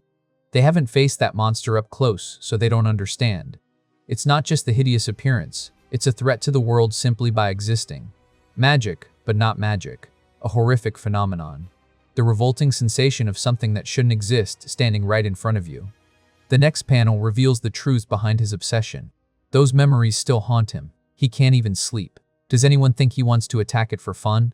He claims this is his duty, to make sure civilians never experience the same horror he did, and to preemptively eliminate a monster that will surely cause disaster even if it remains dormant. That's what combat mages are supposed to believe. One subordinate thinks silently that they were never taught anything like that. Another voices a more practical concern. If Yujin really took down Zhong-an like Choi claims, then bitter as it is, he might be beyond what they can handle. At least sorcerer level, maybe higher. Choi Yi-sok scoffs. Getting cold feet after one loss, he reminds them that they were wrecked by Zhong-an because she charged straight in head-on, with surprise, preparation, experience, and intel. Against a vastly superior mage, there's always a chance. He turns sharply to one man. Songtai. Did he prepare the anti-regenerative beast counter from Northern Europe? He invested a fortune into this, after all. Songtai answers confidently, no worries. The spell was designed to capture regenerative beasts even when sliced into 100 pieces, let alone regeneration achieved through human magic. Satisfied, Choi Yi-seok gives the order. Everyone is to cast reinforcement spells in advance. Positions and roles are to be followed exactly. It's time to begin. In his inner thoughts, Choi Yi-seok's ambition surfaces clearly. If they clean up Grand Mage Jung Wee-hyok's mistake, their academy standing in the alliance will skyrocket. This is payback. The scene abruptly shifts. Ain is wedged into a suffocatingly tight space, surrounded on all sides by strange, twisted creatures. Their warped bodies press in close, their eyes lock directly onto her. Her thoughts tremble. At least, fairies? So that's why Yujin was vague. Teacher Yujin, her realization hits like ice water. This is no fairy, and this is no realm. Ain forces herself to breathe. She tells herself to stay calm. These organisms, whatever they are, fill almost every inch of the space, yet strangely there isn't much pressure. Her breathing isn't obstructed. She repeats Eugene's instructions in her head like a lifeline. Never let go of the rope. Never fall asleep. Only move forward. Clutching the rope tightly, Ain realizes this thin line is the only connection between her original world and this nightmare. She grimaces, annoyed at herself. She should have tied it to her wrist and jumped in properly. Still, she steadies herself and presses on. Luckily, she can move. As she walks, her body sinks slightly into the environment, like wading through thick jelly. It's unpleasant, but manageable, for now. The more Ain breathes, the worse she feels. Nausea creeps in. Her head starts to cloud. She silently curses Yujin for not warning her about the environmental conditions. Just because he is fine with this doesn't mean everyone else is. The creatures around her don't seem actively hostile, but they mutter constantly. Voices without meaning, yet deeply unsettling. If they attacked her, she'd have no way to fight back. Her only option is to keep moving forward until she finds the so-called communicable fairy Yujin mentioned. Her thoughts spiral. Her head feels like it's going to burst. Which way was forward again? Her thinking slows. This isn't good. Her brain isn't working properly. She remembers the warning, but the words blur. Don't fall asleep. Her body feels like it's melting. Her senses fade. She grows unbearably sleepy. Back in the real world, Yujin casually keeps one hand pressed against the coat, maintaining the dimensional connection. He chuckles to himself. This is fun, he thinks. Honestly, if Academy promotional videos were this entertaining, more people would watch them. Laughing while watching is easy, but making others laugh is hard. He starts to ramble about Ain being young and knowing current trends, when suddenly, a blast of fire slams into his head. The impact nearly breaks his contact with the coat. His hand flies off for a split second. But he immediately presses it back again. His heart skips. That was close. Blue lightning crashes down from above. Choi Yi-seok appears mid-air, striking Yujin, and instantly retreating. He greets him casually, asking if he's been well. 3 subordinates appear behind Choi as he speaks about losing sleep over Yujin, about finally being able to rest easy starting tonight. Behind him, the subordinates murmur among themselves. Seeing Yujin up close, they finally understand. As Yujin regenerates from the attack, the scene darkens. One subordinate feels a chilling sensation crawl across their skin, scraping every nerve. Clearly, this thing is a monster. All 3 activate their magic, united by the same thought. That must be erased from this world. Eugene, still holding the coat tightly, processes the situation. Director Yi-seok Choi, losing sleep over him? That's uncomfortable. He thought the misunderstanding had already been cleared up. Why is Choi acting like this all of a sudden? A memory surfaces. A young Eugene stands holding a book, asking his master why approval procedures for powerful magic are so complicated. If regulations are this strict, wouldn't beneficial research and inventions be delayed? Jung Wee-hyok answers calmly. Magic that can greatly impact the world dimensional travel. Summoning, if used freely without oversight, could indeed advance progress. But human malice knows no bottom. That's why wielding magic for good requires authority and the recognition of many. Eugene is safe for now because he has Yui Hyok's guarantee as an Archmage. But there may come a time when that protection is gone. So Eugene must build reputation and authority so people can trust him. Back in the present, Eugene's eyes sharpen. Portal magic. Choi must have used dimensional magic to find him, without Union permission. He looks genuinely confused as he addresses him politely. Director Choi? He says he'll accept punishment for his rash actions later, but stopping this spell right now would be very problematic. Choi gestures. One mage behind him activates a 2-ring composite spell. Before Yujin can finish speaking, Choi and his subordinates charge in. Fire slams into Yujin's back. He realizes Choi isn't just angry, he's furious, law-abiding to the extreme. Yujin tries to calm him, asking him to listen, but his hand is suddenly severed mid-sentence. He sighs inwardly. Mages these days really are violent. They probably know he won't be hurt, but still. Fine. First step, regeneration. Then, Yujin notices something is wrong. The cut inflicted by the female mage isn't regenerating. Choi Seok sneers, asking if Yujin is finally at a loss, if he can't keep his head straight anymore. Behind Yujin, one of the mages maintains a spell specifically designed to suppress recovery. Choi explains calmly, almost proudly, a recovery-blocking spell, learned from Nordic monster hunters through one of his prized disciples. It's advanced magic, capable of stopping everything from organic tissue regeneration via mana to even the self-repair of inorganic matter. Yujin's disgusting regeneration, he declares, is finished. Inside, Yujin can't help but be impressed. It's a lower-tier version of the restoration block his own master used on him during their recent private meeting. The structure is simpler, the performance weaker, but clean, efficient, and usable by ordinary mages. A well-designed spell. But this is absolutely not the time to admire it. Normally, he could tear through something like this with soft magic. Right now, however, most of his processing power is devoted to maintaining the portal. If he stops the spell or loses the use of his hands, his thoughts flash to Ain, trapped alone in another dimension. If her connection is severed, everything will spiral out of control. Desperate, Yujin turns to Choi and begs him. This isn't about his own safety. Choi doesn't listen. He shouts the order. Everyone attacks at once. Yujin is branded a monster that won't die even if chopped to pieces. Choi commands them to crush him with maximum firepower. Chaos erupts. 2 mages strike from behind. One slams blue energy into Yujin's head, while another cleaves him apart with a blazing fire sword. Through it all, Yujin desperately tries to speak, refusing to let go of the connection that keeps Ain alive. He shouts for them to wait, just a moment. His head and hands are strictly off limits. He begs them to stop. They don't. A massive explosion consumes the rooftop. Ain drifts on the edge of sleep, until a voice cuts through the haze. Wake up. Her eyes snap open. A strange creature speaks calmly, relieved that she's regained consciousness. It admits without apology that it adjusted her brain without permission to force adaptation. In this world, losing consciousness without adaptation means melting into the space itself. It also scolds her gently. She nearly let go of the rope. That rope is her way home. The creature says it called out to her for quite a while, but she never responded. It almost thought she was a lost child who drifted in unprepared. Ain stares at the being in shock.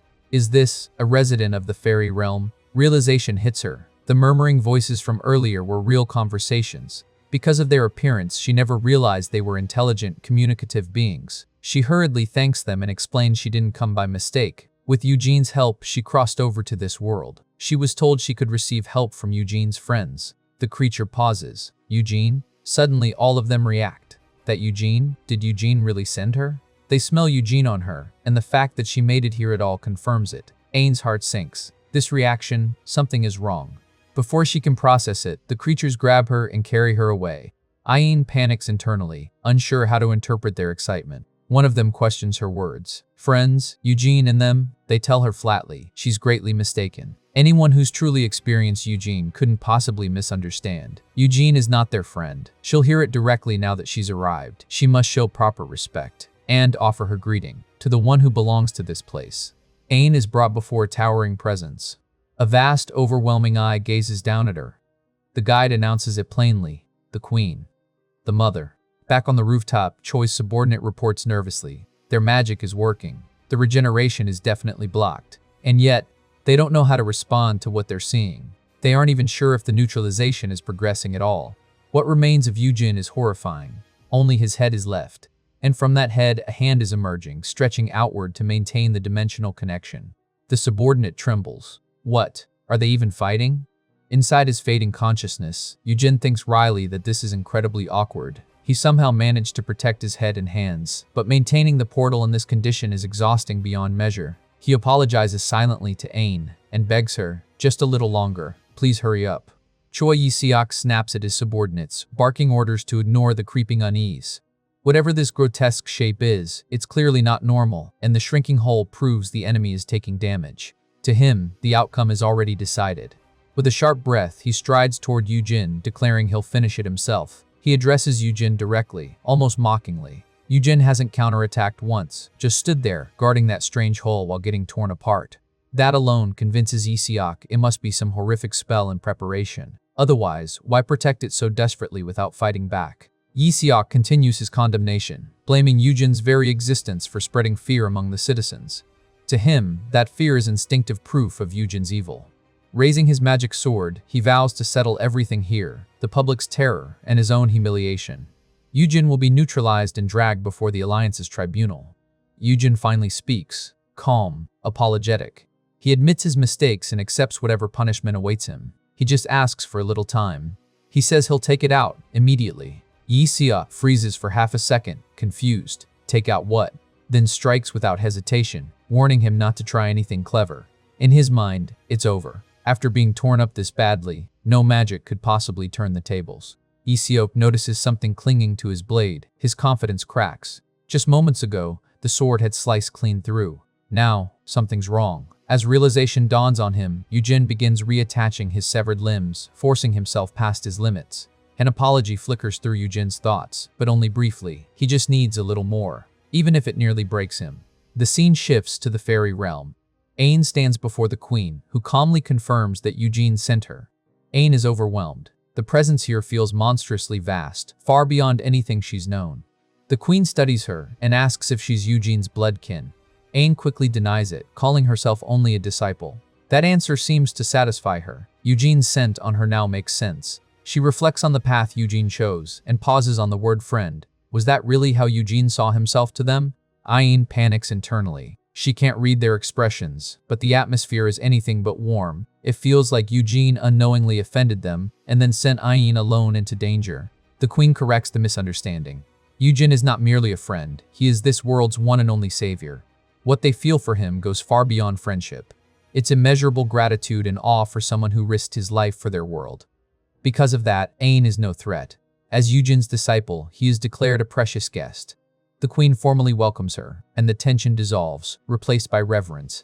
The fairies surrounding Ain immediately soften, telling her to make herself at home. She awkwardly thanks them, still overwhelmed by the sudden warmth. One fairy casually notes that since Ain arrived alone, Yujin must be busy helping others elsewhere, and asks if he's doing well. Ain hesitates, then answers that he's fine. Instantly, another fairy regrets not treating her better from the start. Yujin, they say, gave them a sacrifice and grace that could never be repaid in a lifetime. Inside, Ain feels crushed by the kindness. What exactly did teacher Yujin do to earn treatment like this? The queen calmly calls Ain forward and asks her purpose for coming. Ain explains her situation. She can no longer use magic, and she was told that mentioning Yujin, teacher Yujin, might allow her to receive help.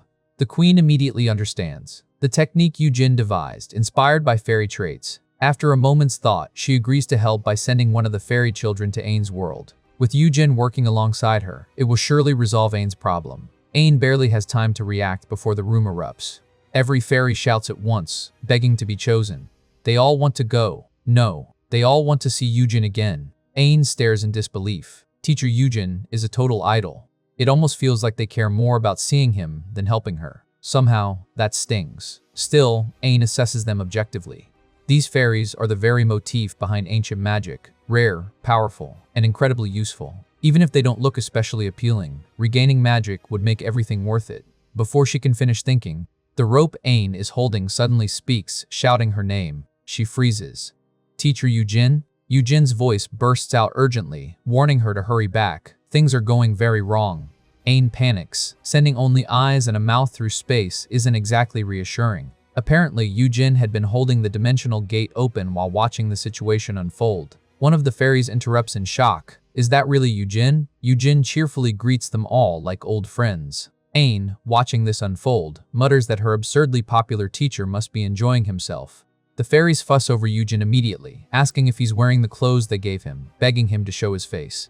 Yujin apologizes for the long silence and explains he should have visited in person, but there's no time. They need to leave now. The fairies protest. They haven't even chosen who will go yet. The queen cuts through the noise. There's no need to choose. She points to one child. Ain barely registers it before that presence suddenly fuses with her head. Yujin yelps, saying greetings can wait, and in rope form, he grabs Ain and drags her out as the fairies shout their goodbyes.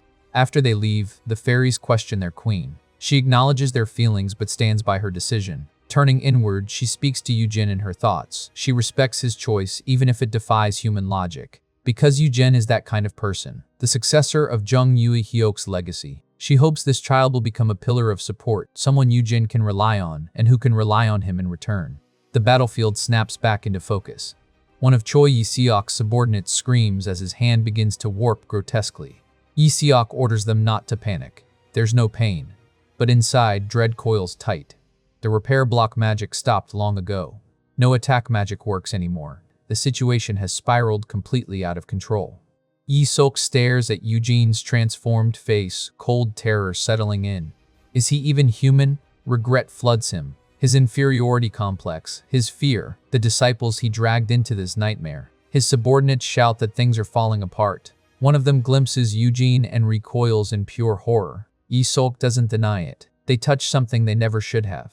He orders his team to gather mana for two-wheel magic, while he moves in himself, flying straight toward Eugene. He starts pulling his subordinates free from Eugene's writhing magical body, apologizing to them in his thoughts. Sorry for forcing them to deal with this mess. The mana continues to gather as the storm reaches its breaking point. Choi Yi-seok manages to yank his last subordinate free, shouting that it's done. But there's no relief. Something is breaking through. He orders everyone to hit the deck and raise shields immediately. Inside, he knows the truth. This won't kill it. At best, the two-wheel magic might seal the monster temporarily. He activates Ultra Vibration Soul Prison, and the moment before it lands, the dimensional gate rips open.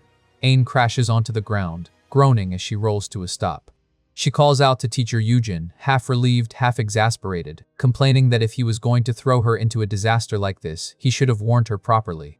Eugen apologizes casually, still in his horrifying state, asking if the unfamiliar environment disoriented her. Ain stares at him, calm, honest, brutal. Your current condition is way more disorienting. She asks what on earth happened that made him rush so badly, and Choi Yi-seok cuts in sharply. Jung-ein? Yi-seok stares at Ain in disbelief. Why did she come out of there? Wasn't she supposed to be overseas? And why is she with Eugene? Ain is just as stunned. Dean Choi Yi-seok? Then she fires back. Why is he here? Before it spirals further, Eugene interrupts with forced cheer, admitting he really should have explained everything properly. Eugene quickly lays it out. Ain lost her mana and can't use magic anymore. He created wheel-less magic that doesn't require mana and planned to teach it to her after enrolling her as an academy student. But Ain wanted to use magic again immediately. So he sent her to the fairy dimension he used to live in to ask for help. There was just one problem. Dimensional magic is heavily regulated management magic, and he pushed himself too hard. Mid-sentence, Eugene collapses. Police flood the scene, shouting Eugene's name as they rush in. Reports had come in about a massive disturbance at the academy building. They freeze when they see it. Eugene unconscious on the ground, Choi Yi-seok and his battered subordinates standing around, and Ain nearby. What the hell is this situation? The final focus lingers on Ain, and especially on the strange blue substance now embedded in her head. Something from the fairy queen, something that shouldn't be there. A strange voice echoes inside Eugene's head, tugging him back to consciousness, murmuring about the one he must love. Before he can fully process it, Ain notices he's awake and checks on him. Nearby, Detective Kim Song-hai orders Choi Yi-seok and his people to deal with the aftermath quietly. Watching from a distance, Eugene recognizes the detective immediately and asks Ain to wait just a moment. In the blink of an eye, Eugene suddenly appears right in the middle of the discussion, catching everyone off guard. Yi-seok is still explaining that there's no solid evidence, only a mage's intuition, when Eugene cheerfully butters it up with a random greeting, then calmly announces he'll turn himself in. The detective blinks. For what? Eugene answers plainly, unauthorized use of the Dimensional Gate's regulatory management spell. He admits he was reckless and says he'll accept any punishment without complaint. That's when the detective snaps. He tears into Yi-seok and his subordinates, furious at their actions. No matter how terrifying Eugene looked, gathering this many people and unleashing lethal magic in a residential area is unacceptable. Aggravated assault. Attempted murder. Yi-seok fires back, insisting they weren't even dealing with a human anymore. As a combat mage, he recognized the danger and acted before innocent people could be hurt. What was wrong with that? Yi-seok presses the point. Even detectives have intuition. Could Kim honestly say he treated Yujin without prejudice the first time they met? The memory surfaces, guns drawn, bullets lodged in Yujin's face as he casually joked, complimented exhausted officers, offered coffee, and politely handed over a captured magic criminal like it was nothing. Back in the present, the detective cuts the memory short and gets to the point. What does Yujin want to do? If Yujin admits he's the victim, everyone else gets arrested on the spot. Yujin touches his face and suddenly starts laughing. Awkward, breathless laughter, like someone who doesn't know how to react. He apologizes and admits this is a first for him. Then, surprisingly, he asks the detective to let everyone go. He acknowledges that he did things that could be misunderstood, and that standing transformed in front of Yi-seok's home could easily feel threatening. Then he smiles at Yi-seok and tells him not to take it so hard. Looks aren't everything these days. Yi-seok is stylish enough. He should have more confidence. Yi-seok's brain visibly short-circuits. Before Yi-seok can recover, Yujin shoves his phone into his hands and suggests exchanging contacts. Since fate brought them together, why not keep in touch as colleagues? Clan meals, coffee, exchanging help on student management. Oh, and sorry in advance if he needs a day to recover tomorrow. From afar, the detective watches, dryly remarking that Yi-seok handled it well. One of Yi-seok's subordinates corners Ain, grilling her about rumors. She can't use magic anymore, right? Wasn't she supposed to be overseas recovering after a brutal fight? The accusations keep piling up. She challenged Yujin alone, lost her magic, stayed behind under suspicious circumstances. What kind of mage even is Yujin? What does he teach? At the very least, shouldn't he teach manners? Before the lecture can continue, Ain snaps. She shouts Yujin's name and loudly announces that these people are very interested in enrolling at his academy. Everyone freezes. The subordinates erupt in shock, while Yujin, watching from a distance, tilts his head. Apocalypse. With Choi Yi-seok and his subordinates finally gone, the silence settles in. Ain can't relax. Rumors will spread, flies drawn to chaos, and she wonders if relying on Yujin alone will really be enough. Yujin strolls up, exhausted, joking about how wild the day's been. Ain's thoughts spiral. The problems are stacking up like mountains. Before she can finish worrying, he casually mentions he was planning to explain their preparations after she returned from the fairy realm. That's it. Ain lunges at him, grabbing his jaw and screaming for him to shut up. Stop spreading rumors. It's only been a few hours. Don't tell anyone she can't use magic. Of all people, why would he blab to Director Choi Yi-seok? Eugene stammers, saying he had to explain or Choi might misunderstand. And besides, they just became friendly. He'll keep the secret. Ain explodes. Friendly? That's the same man who suggested exposing Eugene days ago, and whose academy she trashed along with his disciples. Eugene blinks. Expose? Wreck? Ain pauses. I don't know either. Too tired to continue, Ain says she's heading out. She has somewhere to be in the morning and will come back after lunch. Eugene cheerfully agrees, telling her to rest well and meet him tomorrow afternoon. Inside, he thinks about the thing the Fairy Queen sent with her. He can explain it tomorrow. What a packed day, seeing his master again, enrolling Ain, making a fun new friend like Director Choi Yi-seok. Now all that's left is preparing academy operations and Ain's classes, so this world he loves can be filled with kind mages and gentle magic. From tomorrow on, let's study hard. Ain walks away with tears in her eyes, furious and shaken. What a mess, thanks to that hopeless idiot of a teacher. Rumors will spread. It's humiliating. How did everything go so wrong? Can I keep believing in Teacher Eugene? The scene shifts to doctors who were dragged into Friedrich's surgery. They complain, finished the operation, nothing left to do. When are they going home? One mentions Grand Mage Jung-wee Hyuk. At that moment, Friedrich walks by on the phone, coldly asking what they made. Forget the ridiculous spell. Meeting something that shouldn't exist in this world gave him chills. Worse than assassinating the great demon king.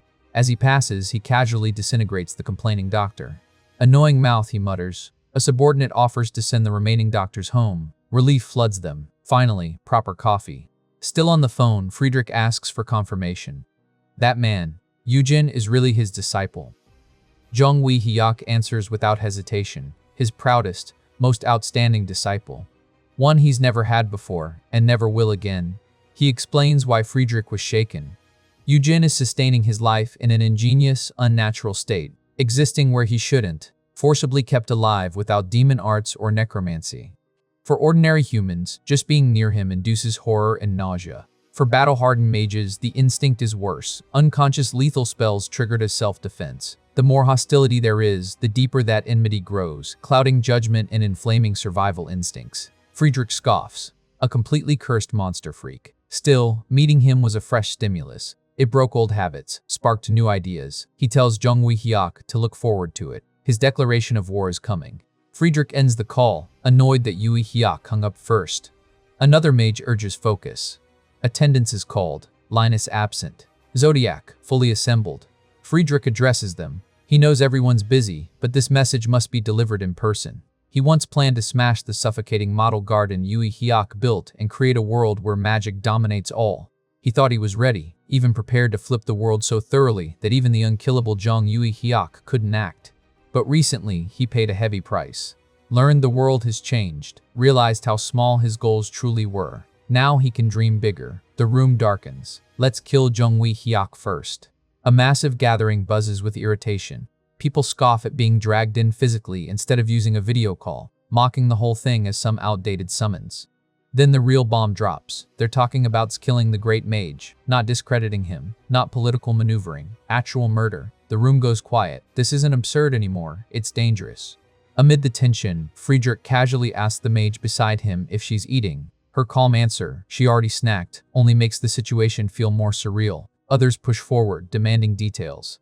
The plan sounds insane, but if it's truly possible, even the Alliance wouldn't stand a chance. Someone sneers that the Alliance's great mages are basically corpses already. Remove the most troublesome one, Jung Wee-hyuk, and the future opens up. Someone boldly declares, this will be the Elder's era.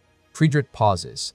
The words stir something old. He reflects on a dream he once had, ruled by sheer magical power, and realizes even that ambition was a compromise born from Jung Wee-hyuk's existence. Now, he claims, that threat will be gone. He washes his hands of what comes next, granting them freedom to indulge in any atrocity they want. His promise is simple and chilling. Jung Wee-hyuk's grotesque dream will no longer dictate their future. The mood hard cuts to frustration as Aang vents to her doctor. She's exhausted, sick of living like this, and baffled that the doctor looks exactly the same as when she was a kid. The doctor snaps back dryly. Her father spoiled her rotten, and some habits never die. Aang explains the limitations of the cognitive interference spell on her hat. If someone is determined enough, they'll recognize Jung-ain anyway. The doctor isn't surprised. Aang then gets serious, asking about her heart. Another doctor already cleared it, but she wanted a second opinion from Cecilia. Cecilia confirms it. Aside from a strangely cute distortion, the heart is flawless. No mana crystals left, yet functionally perfect. Top grade for a human heart. Even Cecilia is stunned. Separating mana crystals from the neural network and restoring function this cleanly is beyond what she'd confidently attempt. The culprit is obvious, Eugene. Gone for over a decade, back like nothing happened, and apparently inventing madness again. He calls it wheel-less magic, magic without mana. Aang casually mentions she's starting lessons today. Wheel-less magic, magic without mana. Cecilia scoffs at how cult-like it sounds, then immediately admits that if it's Eugene, she believes it. Her thoughts drift to past patients, grotesque bodies with perfectly functioning nerves, and she mutters that thanks to this, she went through hell. She quickly brushes it off. When Aang asks about her heart mana stabilizers, Cecilia doesn't hesitate, throw them all away. Coffee, alcohol, cigarettes, no restrictions. Aang raises an eyebrow at the doctor's ethics, dismissing coffee as boring anyway. Cecilia fires back that Aang has only had terrible franchise coffee, and promises to introduce her to a proper bean supplier. Aang leaves in good spirits, laughing and promising to call if anything goes wrong. Cecilia warns her half-heartedly to try not to cause trouble. Left alone, Cecilia's exhaustion catches up to her. The heart isn't the problem, but something in the brain is. Too large, too deep, no symptoms where there should be many. It doesn't look like a tumor. It doesn't make sense. She sighs, deciding she's too tired to dig further. Eugene probably tampered with that too for some reason. Come in, she calls. The scene shifts to Eugene tutoring Aang. No mystic chanting, just brutal academics. He launches straight into crystal systems, framing it like an exam question involving Jung Wee-hyuk. Aang answers flawlessly, rattling off crystal parameters and metallic elements without hesitation. Next comes molecular geometry. Again, Aang nails it, bent structure, lone pair repulsion, bond angles adjusted precisely. Then she hesitates. Is this really necessary for wheel-less magic? Eugene beams. Absolutely necessary and insanely impressive. He admits he threw in tricky questions to test her, and she passed without a scratch. Aang shrugs, cheeks red, saying it was just basic material she skimmed once before sleeping. That's when Eugene goes off, not on magic, but on studying.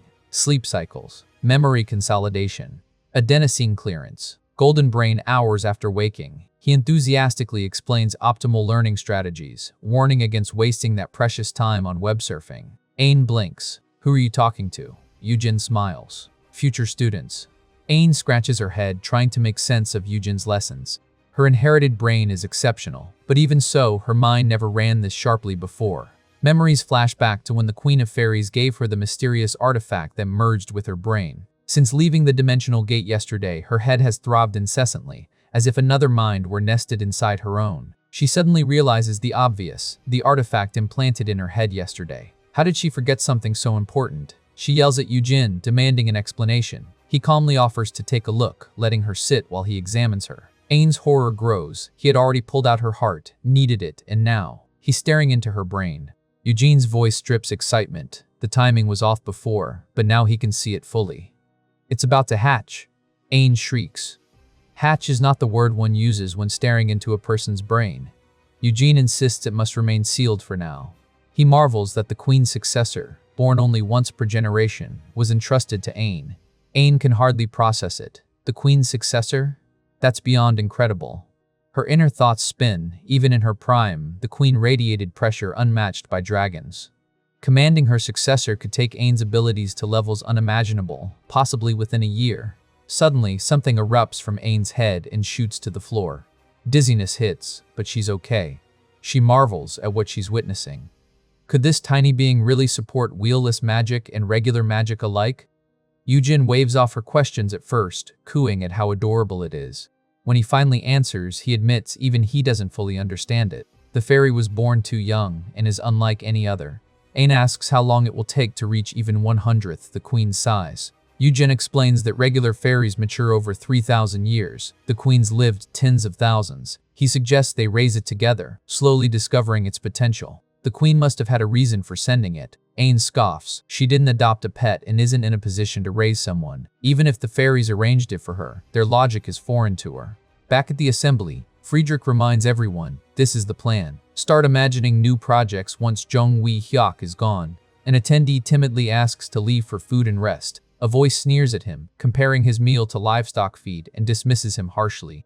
The attendees grumble about managing both the Alliance lackeys and their own businesses. Friedrich interrupts, pause, and watch the screen. Suddenly, Eugene's image appears, stirring confusion and irritation among the group. Whispers spread. Some recall Eugene wrecking subcontractors' magical material plants. Rumors of him being Zhong Wei Hyuk's disciple are dismissed as unlikely. Friedrich issues a stern warning. Don't engage with him. Even if you meet him, walk away. When pressed why, he lifts his arm, now replaced entirely, and explains Eugen tore out his heart. The Leo seat remains vacant because of it. Murmurs erupt. Attendees realize everything makes sense now. Past rumors about fleeing after fighting Zhong Yui Hyuk's daughter, Linus's absence, the old man staying quiet. It all points to meeting his match. Some even laugh at his insanity, acknowledging he's rotten but truly met his equal. Friedrich admits, almost grudgingly, that even nearly unarmed, he's never felt so overwhelmed. A century of battles and countless duels haven't prepared him for this. If he'd stubbornly kept fighting, he might have lost. The attendees exchange uneasy glances. Something that should be a joke, killing Zhong Yui Hyuk, doesn't feel funny at all. Whispers turn sharp. One attendee challenges him directly. What are you? Are you really the Friedrich I knew? She remembers the reckless, confident mage whose raw power was almost seductive. Now? He seems pathetic, cowardly, unworthy of loyalty. Before she can finish, she charges. Capricorn, hand it over to me and get lost. Teal's kick strikes with precision. Though the attack uses no mana, it would have cracked Friedrich's skull if not for Shali's spatial magic blocking it. Teal's voice in the background groans, "Wow, that hurts, Shali," she replies casually, brushing it off. Teal's voice teases her coldness toward her big sister, but Shali keeps her focus, issuing sharp commands to Teal. Move your foot, or it'll get cut off. Elder, withdraw your magic too. It's wasted. Teal scowls, muttering, senile old man. But Friedrich calls her over. Calm and measured, Friedrich proposes a bet. If Teal kills that thing and brings it back, Friedrich will hand over Capricorn and serve under her. Teal's eyes gleam. The words hang like a challenge in the air. A murder contract as a bet, she asks, grinning. Friedrich isn't joking, neither is Teal. Let's do it. The stage is set for a deadly game of skill. A group of thugs corner two of Zhong Ain's former subordinates. The girl lounges atop a small hill of ice, frozen bodies trapped inside like trophies, casually chatting as if this is a coffee break instead of a hostage situation. She complains that rumors spread way too fast. After all the effort they put into hiding their former chief, it was bound to leak, especially with someone as overwhelmingly noticeable as her. Still, what really stings? Pride. Apparently, when people can't catch Jong-ain, they settle for catching them. Are we some kind of basic requirement? She scoffs. Can't get the final boss, so you farm the side characters. The young man beside her shrugs. They've mostly handled cleanup and backup anyway, and that's exactly her issue. Ain hobbed all the flashy roles. He reminds her they were paid very well for that supporting cast lifestyle. She pauses. True. Fair point. She laughs it off. Then the thug leader steps forward, delivering a dramatic villain speech about terrifying consequences and rough endings if they don't call Jong-un. The young man tilts his head. The girl cuts in, offended. Terror? You discussing terror in front of me? Her face visibly pales as memories flash through her mind. Encounters that clearly left scars. Real monsters. Real pressure. The kind that makes your knees buckle and your blood run cold. She explodes. You ignorant fools who've never experienced true terror. Her partner sighs immediately, telling her to calm down. To anyone watching, she just sounded like a third-rate villain trying too hard. She exhales, regaining composure with a small chuckle. So they want their former chief? Figure it out yourselves. The thugs charge. Magical attacks fly and get effortlessly blocked. The two subordinates continue chatting mid-defense like they're reviewing business strategies. The young man casually notes that all this attention is actually good for them, raises their market value. She lights up at the idea. Exactly. The title of From Jong-un's one-man team wasn't enough to make them rich, but if they start taking down even small fries publicly, that's portfolio material. She grins. Shall we put on a little performance? He mutters that she's getting greedy. From afar, the thug leader clicks his tongue. He underestimated them. They weren't just cleanup crew. They're actually good. The girl activates her two-wheel magic, glacial aura gown, summoning a massive structure of ice beneath them. The battlefield shifts instantly. The thug leader panics, yelling at the mercenary he hired to stop staring at his phone and start fighting. After all that venom about wanting Jong-un, why the hesitation? The mercenary finally speaks. There's none. No hesitation. No explanation. Just that. The leader snaps back in confusion. But it's too late. A red magic circle forms around the mercenary's hand. A simple finger flick. The young man's face darkens, instinct screaming danger. He throws himself in front of the girl. A red flash, thin and precise like a laser, slices through him mid-motion. Silence. The mercenary doesn't even look up properly, eyes still on his phone. No need to deal with him. Found Jong-un. The moment shifts to Jong-un arguing with Yujin. Ain is fully fired up. Open the portal again. She doesn't care if the baby fairy is some legendary fairy queen's direct descendant. A baby belongs in its mother's arms. Simple logic. Just send this one back and grab another fairy later. Yujin, meanwhile, looks like he just aged 5 years. Portals aren't convenient store doors. It takes 3 full months of preparation to open one. Ain does the math instantly. 3 months, so now her timeline to becoming a grand mage has increased to 27 years and 10 months. Priorities. Completely normal priorities. Before the argument escalates further. Hello. They both turn. Yujin immediately switches tone. Polite. Warm. Oh. Hello, friend. The fairy beams. Apparently, his mom told him to be friends with Yujin. Yujin melts. Honored. Instantly accepts the friendship. Then the fairy turns to Ain. You're Jong-un, right? Pause. The things you watch are so boring and dull. You should watch something fun for a change. Ain stares at it. What is this thing saying? Yujin suddenly lights up like he solved the puzzle. He gets it now. It was thanks to this child. While still in a fetal state, the fairy had been sharing a neural network with Ain's brain. 2 minds processing information at once. That's why her memory storage capacity improved so dramatically. Yujin explains it excitedly. It was basically dual-core processing inside her head. No wonder her achievements were absurdly good. He thought he might have been underestimating her talent. Turns out she had backup hardware. Ain just stares. That's certainly interesting. Interesting is one word for it. Yujin then asks the fairy for his name. The fairy blinks. Name? Jong-un. What's my name? Ain frowns. Why is she being asked? Doesn't he have one from his mother? Apparently, Li Ben was his name while he was still in the egg. But once born, he's supposed to receive a new one. And since he was born inside Ain's head, she gets naming rights. Ain suddenly feels dizzy. This is way too much responsibility for someone who just wanted to optimize her mage timeline. The fairy happily insists she choose. Ain squints at him. Round, floaty, translucent jelly. He kind of looks like a jellyfish. The fairy gasps dramatically. I am Jelly. Yujin claps, congratulating him on being born and receiving a new name. Though internally, he absolutely knows she named him after his appearance. Then Yujin leans forward with business energy. Jelly, do you have any special abilities? Because right now, our Ain needs your help. Jelly blinks. My help? And just like that, the newborn fairy is drafted into active duty. Jelly floats up to Jolan with unsettling enthusiasm. You wanted to become a grand mage, right? Ain freezes. How does he know that? Jelly smiles brightly. He saw everything while living inside her head, including her desire to impress her father, Zhonghui Hyuk, the grand mage himself. Apparently inside her mind, she was always thinking about, stop! Ain immediately shuts him down, face burning. Since when did he start broadcasting her inner thoughts like a public radio station? Jelly, completely unbothered, proudly demonstrates his talents instead. He twists, stretches, reshapes his body midair, fluid and flexible like living magic. Yujin's eyes light up. This is it. The very fairy trait that inspired wheel-less magic in the first place. If Jelly can function independently with that level of control, she could be the key to mastering it safely. Then, Jelly morphs his face into her father's. Ain's brain explodes. Who said you could do that? How dare you imitates that face? Eugene collapses into laughter, full tears streaming. It's identical. Perfectly identical. Jelly blinks, confused. Do you hate your dad? I don't hate him. Just don't copy him. That face isn't something you casually replicate like a meme filter. Yujin, still laughing, finally regains composure. This little fairy? She's gonna help Ain in ways they haven't even imagined.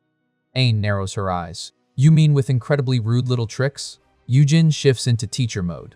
Before birth, Jelly only passively enhanced Ain's memory. But now, with a clear sense of self and intelligence, she can act as a true second brain. Not just for academics, for general magic use, for mastering wheel-less magic. Double brain function isn't just double. It multiplies cognition, processing, adaptability. It reduces the risks Yujin was most worried about while teaching her. Ain crosses her arms. Even if I use this distracted, rude, childish ego as my second brain, I'm worried it'll ruin my mental health. Jelly gasps in betrayal. Eugene calmly defends her. She's a newborn. As she learns, grows, chooses what she wants, she'll mature into a reliable partner. Then he gently asks Jelly what she wants most right now. Jelly thinks deeply. I want to eat a hamburger. Cut to Jelly happily holding one. Thanks for the food. Ain stares. Is it really okay to feed fast food to a fairy? And more importantly, why a hamburger? Jelly explains simply. While inside Ain's head, she saw a memory. A young Ain eating a burger with Yujin, looking genuinely happy. Yujin brightens. Was that memory really so special? Ain shuts it down instantly. Every kid is happy eating fast food. Don't read into it. Absolutely not having this sentimental angle. Yujin gently shifts the topic. For now, Ain should stay with Jelly, live together, help her grow into a healthy self. Ain immediately senses the trap. Don't casually push the responsibility of raising her onto me. And right on cue. Jong'an, her name echoes through the store. A couple rushes over, they're huge fans. They collect her merch. They follow her exploits in the news. She's even prettier in person. Ain's internal alarms go off. Did someone use perception magic? Is her location completely exposed? The girl from the couple asks about her injury from fighting Friedrich. Is she healed? From behind, Eugene casually comments on her popularity. The couple's faces instantly darken when they recognize him. The man trembles slightly, asking if Eugene is someone she knows. Ain smoothly answers. He's the teacher helping with her rehabilitation. They're discussing her return training. The couple immediately apologizes for disturbing her and retreats in a panic. Once they're gone, Ain asks Eugene quietly if he knows them. He shrugs. Met them briefly a few days ago. Nothing suspicious at all. Totally. Jelly suddenly tubs at Ain. I want to watch YouTube. Lend me your phone. Ain stares at her like she just proposed self-sabotage. My external auxiliary brain is requesting to fry itself with stimulation and dopamine? She absolutely should not allow this. Yujin gently counters. Even if the fairy queen sent Jelly to help Ain, wouldn't it be cruel to force her into nothing but responsibility right after birth? For now, let her be a child. Ain hesitates, then hands over the phone. Fine, here. Before leaving, she warns Eugene to make sure Jelly doesn't watch anything weird. He salutes playfully. Ain heads to the restroom, washing her hands as her thoughts spiral. As expected, her whereabouts are fully exposed. People think she's just injured. They don't know she can't use magic at all yet. That secret still matters. Then a darker thought creeps in. Did Choi Yi-seok's disciples spread rumors about her condition along with everything else? And just like that, the burger break stops feeling lighthearted. In the restroom, Jung-in stares at her reflection, mind racing. If word about her condition spreads, it's obvious what happens next. Bottom feeders will crawl out of every crack. Revenge seekers, opportunists, idiots hoping to kidnap her and extort her father, Jung Wi-hyuk. When she's with Yoo-jin, she's fine. But the way home? Being alone in the house? That's the weak point. Should she just move into Yoo-jin's place? The thought barely finishes forming. A voice speaks right behind her. Did you wash your hands? Her blood runs cold.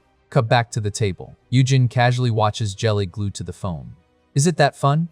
Jelly, fully absorbed, frowns at the screen. How do I lift this payment limit? I need to pull the gotcha. Yoo-jin immediately intervenes as the phone rings. You have a call. Let me take that. He answers smoothly, only for a familiar, panicked voice to explode through the line. One of Ain's subordinates. Teacher Yoo-jin, where are you right now? Where's Chief? Ain? Yoo-jin replies lightly. We're out getting hamburgers. Ain stepped into the restroom for a moment. Silence, then sheer urgency. Go to Ain. Right now. Magic criminals had tracked them down. They suddenly pinpointed Ain's location and fled in that direction. And they're stronger than expected. Far too dangerous for Ain, especially since she currently can't use magic. Teacher Yoo-jin, you have to stay right by her side. Back in the restroom. Ain's hand is violently knocked away mid-motion. She looks up in shock. Standing before her, the mercenary from before. The scene rewinds a few minutes. In the restroom hallway, the mercenary faces Jong-an calmly. You're wandering around more boldly than I expected. Is it because people don't know you can't use magic? Her heart drops. So it's out. Judging by his tone, he's definitely not a fan. The restaurant where Yoo-jin is sitting? Just outside the arcade. One building away. Her phone? Left behind. Perfect. If she causes a scene, draws a crowd, maybe she can stall. But holding out until Yoo-jin arrives would be difficult. The mercenary steps closer. You've roughly caught on, right? It'll be easier if you follow quietly. Ain steadies her breathing. Kidnapping. Which means he doesn't intend to kill her immediately. Good. She analyzes him quickly, the hand gripping her, the flow of mana. Mage. Lower tier wizard at best. If he were higher, he'd have sealed her with binding or trap magic the second she stepped out. It hurts her pride to admit it, but she moves. Instead of complying, Ain screams at full volume. The mercenary activates his spell. Too slow. She grabs his arm, twists, snaps. The crack echoes. Holding his broken arm in place, she speaks almost conversationally. People misunderstand me a lot. They think I'm some dullard who can only fire magic. She tilts her head slightly.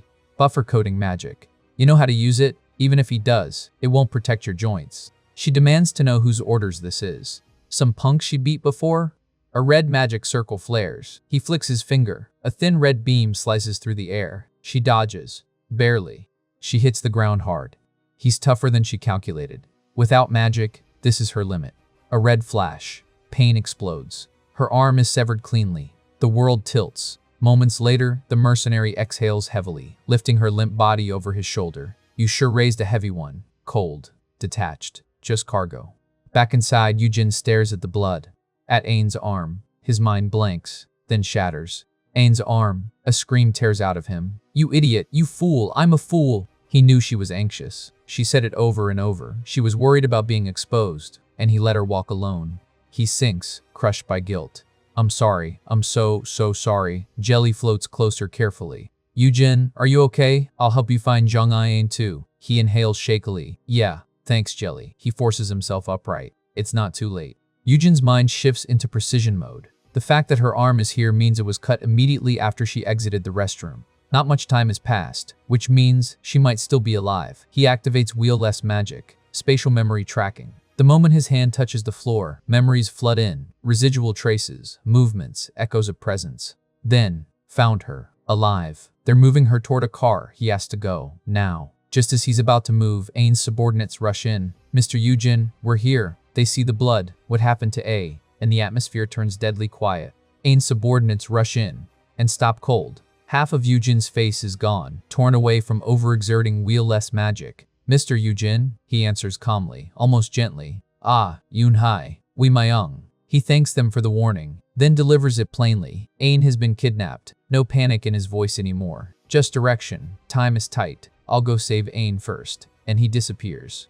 Inside a moving car, the gang leader talks on the phone while driving. They caught her, but things got messy. The crazy bastard mercenary cut off her arm. Now his own arm is broken. Do they have hemostats, splints, spare blood? He promised to deliver her without a scratch, especially since she can't even use magic right now. And the mercenary didn't even pick up the severed arm. Tracking magic? He used jamming spray. She didn't have her phone either. Then, the leader's voice spikes. Hey, mercenary, behind you, right side of the car.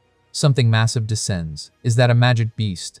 We haven't even left the city yet. The mercenary turns and freezes. It's not a beast, it's Yujin, transformed into a massive bird-like form, wings cutting through the air. He slams down onto the car roof. Ain, wake up. Even if it's hard, you can't sleep. He presses a hand to the roof. I'll save you soon. I'll reattach your arm. The mercenary reacts instantly. A red flash. Yujin's hand is severed. He drops away, but his voice still echoes inside the car. The mercenary glances at Ain. Bodyguard? Then something feels wrong. That severed hand. It's still there, still attached to the roof, still speaking. Yujin linked his awareness to Ain's severed arm. He's speaking through it. You're not sleepy. You're entering hypovolemic shock. His voice sharpens, clinical and urgent. If you fall into a coma, oxygen won't reach your brain. Your blood will turn acidic. Your organs will start failing. The mercenary's thoughts flicker with unease. He definitely cut it off. So why? Is it regenerating from the arm? Yujin continues, absurdly polite despite the situation. Excuse me, mister. I'll finish restoring myself and come inside soon, so please keep Ain awake. He even gives medical instructions. If possible, raise her legs higher than her body. The mercenary, unnerved, slices again. Not just the arm, the entire car roof. Metal shears off in one brutal strike. That sends a chill down my spine, the mercenary mutters. The driver explodes. Of course it's chilling. You blew away the ceiling. Can't you handle things more gracefully? They're supposed to be discreet. Now they're driving a roofless car. Perfect. They finally reach an abandoned building. The leader mocks the mercenary as they step out. Good job, eh? Getting your arm twisted by a woman who can't even use magic. Was she pitiful? Did he hesitate? He casually informs him the damage will be deducted from his share. Because in the end, this was supposed to be simple. Grab the powerless mage, deliver her, get paid. Instead, they now have a furious, half-dismantled teacher hunting them from the sky. Inside the abandoned building, the mercenary checks in with the nurse. Treatment done? Can we move her? For now, yes. Hemostasis. Anesthesia. That's it. He notices her hat is still on. The nurse says she couldn't remove it. Some kind of magic is preventing it. From afar, the gang leader watches the mercenary, Ma Ji-un, a former butcher hired because he's exceptional at cutting magic, normally unmotivated, detached, but today, strangely aggressive. Is it a grudge or just a twisted fan? He orders the nurse to prepare the car and erase every trace. Not a single piece of evidence left behind. Meanwhile, the mercenary speaks directly to the barely conscious Jung-eung. He didn't mean to cut off her arm. He admits it almost casually, impressed that a high-rank combat mage also has such refined martial arts. Then he gestures toward a trembling boy in the corner. That's the informant. The employer overheard him at a bar, bragging that Ain can't use magic anymore. They brought him in, interrogated him. The boy apologizes over and over, shaking. The mercenary explains calmly that he's a combat mage too, but easier to break than her. A little pressure on the tendons, and he spilled everything. Ain forces herself to speak, cutting straight to the core. Are you trying to demand something from my father with my life, or is it revenge? Sorry to disappoint them. Threatening her won't move Jung Yui-hyuk. The mercenary chuckles softly. Everyone knows that. To the Grand Mage, the suffering of strangers and the life of his own daughter, equally precious, or perhaps equally unimportant. Either way, he won't act. This isn't revenge. It's not even leverage. It's a whim. A high-ranking union official wants to own her, whether as a trophy, a specimen, or something worse. The mercenary calls it what it is, a nasty impulse from a dropout who couldn't keep up with the new era Jung Yui-hyuk created. Ain processes this quietly. They didn't immediately move her far away. They locked her here. Which means they need time for something. Her thoughts drift in and out. She didn't hear everything clearly earlier, but she knows. Yujin came. She lost track of him, but he has a way to find her. Still, that doesn't help her right now. She expected rumors to spread. That part was inevitable. But what angers her is the way they talk about her father. He isn't indifferent. He just carries the role of someone who must appear that way. Does this man truly think the bond between them is shallow? That her understanding of her father's burden means nothing? Her vision blurs red. I won't be satisfied until I tear that vulgar mouth apart. But she can't even lift her own body. Resentment burns. In this state, she can't do anything with her own hands. Then, a soft tap on her leg. Jelly. Jong-eung. Her tiny voice is oddly normal. Is your cut arm okay? Does it hurt enough to make your face that red? Then, innocently, wanna watch YouTube together until Yujin comes? Ain's eyes snap open. Jelly? An old man calmly speaks on the phone, voice smooth and disturbingly courteous. He thanks the other party for their honesty, casually adding that he doesn't mind if an arm is missing. Just try to avoid excessive physical or mental damage. Oh, and if possible, include the girl's hat. His wife has been eagerly waiting for that piece in her collection. He promises to send someone to the rendezvous point on time. On the other end, the leader beams with false politeness. They'll wrap things up nicely and deliver her. Call ends. The leader turns to the mercenary beside him, smirking. While someone was nearly suffocating trying to protect his share, does that slide down that easily? One more job and they're done, right? He even offers him a future. Fix that attitude, and there's a full-time position waiting overseas once he leaves Korea. The mercenary doesn't respond. His thoughts are somewhere else. Jung Wee-hyuk, it's all your fault. You ruined your own daughter. If he can carve even the smallest crack, even the faintest distortion, into that detestable, perfect smile, that will be enough. Elsewhere, Jelly is casually scrolling through Ain's phone. He just wanted to re-watch a funny video. Ain blinks. Wait, how is he here? Where's Uncle Eugene? Jelly explains he got off earlier when Eugene caught that moving car. As if that's a normal sentence, Eugene said he'd follow soon and told them to stay put. A text arrives. Ain's shoulders finally drop. Uncle Eugene, relief washes over her. She expected him to handle things, but a small part of her feared he might be wandering somewhere unpredictable. A man nearby hesitates, staring at Jelly. Mage Jong-ein, what exactly is that beside you? Before Ain can answer, Jelly introduces himself proudly. Ain named him, you know? The man stiffens. Is he a contracted fairy? Realization dawns, and awe follows. As expected of Mage Jong. Handling rare fairy magic too? Jelly ignores the reverence entirely and invites him to come sit and watch WooTube together until they're out. The man, completely disarmed, awkwardly agrees. Kidnapping situation? Apparently now it's a group watch party. Jelly tilts his head at the man's wrists. What's that?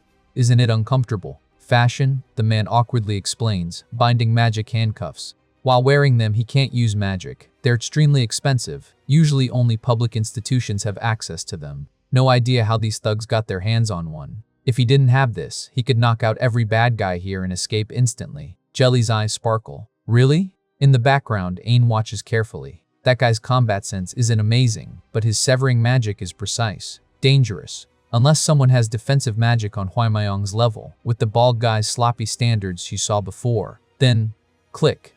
Jelly unlocks the magic handcuffs. Ain's eyes widen. Those cuffs can't be removed without using magic to release them. If forced physically, they burn the mana nerves connected to the wrists. And yet, Jelly just opened them. A memory surfaces. Eugen's voice. A way to use magic without internal mana. Ain's thoughts sharpen. Don't tell me. Could it be? Jelly cheerfully asks the obvious. So, can they leave now? The young man awkwardly explains he can't exactly walk. His ankle tendons were cut. Ain smoothly steps in, changing direction. By the way, what's your name? He straightens up despite the situation. Park Jungdae, 21. She can speak casually if she wants. She immediately refuses. No need for that, Mr. Jungdae. Then she drops it casually. You saw Uncle Eugene, my teacher, yesterday, right? He's on his way here to save me. The name alone detonates something in Jungdae's brain. Why? Ain tilts her head. What do you mean why? Then her voice turns cold. If he does her one small favor before Uncle Eugene arrives, for running his mouth about her situation without permission, for getting her arm cut off as a result, she might consider forgiving him. Tears pool instantly in his eyes. Anything. Just say it. Cut to a call being made. 3 intruders. Tell the boss to stop clearing the building and flee with the merchandise immediately. It looks critical. The intruders are revealed. Eugene and 2 of Ain's subordinates. A guard prepares to handle them, confident she can deal with mere grunts if they swarm. One of Ain's men quickly intervenes. Let's leave this to Mr. Eugene. That's safer. Eugene politely steps forward like he's asking for directions. Excuse me, we're looking for someone. The guard panics instantly. Don't come closer. Especially you, lanky, restricted area, we're combat mages. She tries to hold the line. And then suddenly, under Eugene's magic, words spill out against her will. Kidnapped people are processed in the basement. VIP requests are handled directly by the boss and executives. 3 unfinished buildings to the right. Middle one, 3rd floor lounge. They only guard the outside. Eugene smiles pleasantly. That's enough. Thanks for the detailed explanation. He almost asks about someone named Ma Ji-eun, then stops himself. No, not now. Saving Ain comes first. His subordinate voices the concern. If they attack the executives first, Ain might be taken hostage. Yujin nods. Then I'll find where Ain is locked up. Let's move. Priority set. No detours. Meanwhile, the mercenary stares into a mirror. What is he even doing? This won't fix his life. He couldn't touch the Grand Mage. He lashed out at the daughter instead. The resentment toward Jung Yui Hyuk keeps growing. And all it proves is that he isn't some tragic victim of the times. He's just mediocre, petty, consumed by an inferiority complex. He remembers that day. The look in her eyes when she saw him using magic. They shone like he was the most brilliant gem in the world. If he hadn't seen that, maybe he wouldn't have ruined himself chasing that illusion. He steps out of the restroom. A voice greets him from the corner. Did you wash your hands before coming out? He reacts instantly. Red energy fires like a laser. Ain deflects it. His pupils shake. She deflected it? That was magic? Ain clicks her tongue. As expected, with this much, it's barely manageable. His mind spirals. Impossible. Why hide it? Why endure losing an arm if she could still use magic? She cuts through his thoughts effortlessly. It's written all over your face. Why did I hide it if I could use it? She lifts her injured side slightly. I didn't hide it. Look at the blood. Can't you see how pathetic this defense is? Then she clarifies. To be precise, I became able to use it again.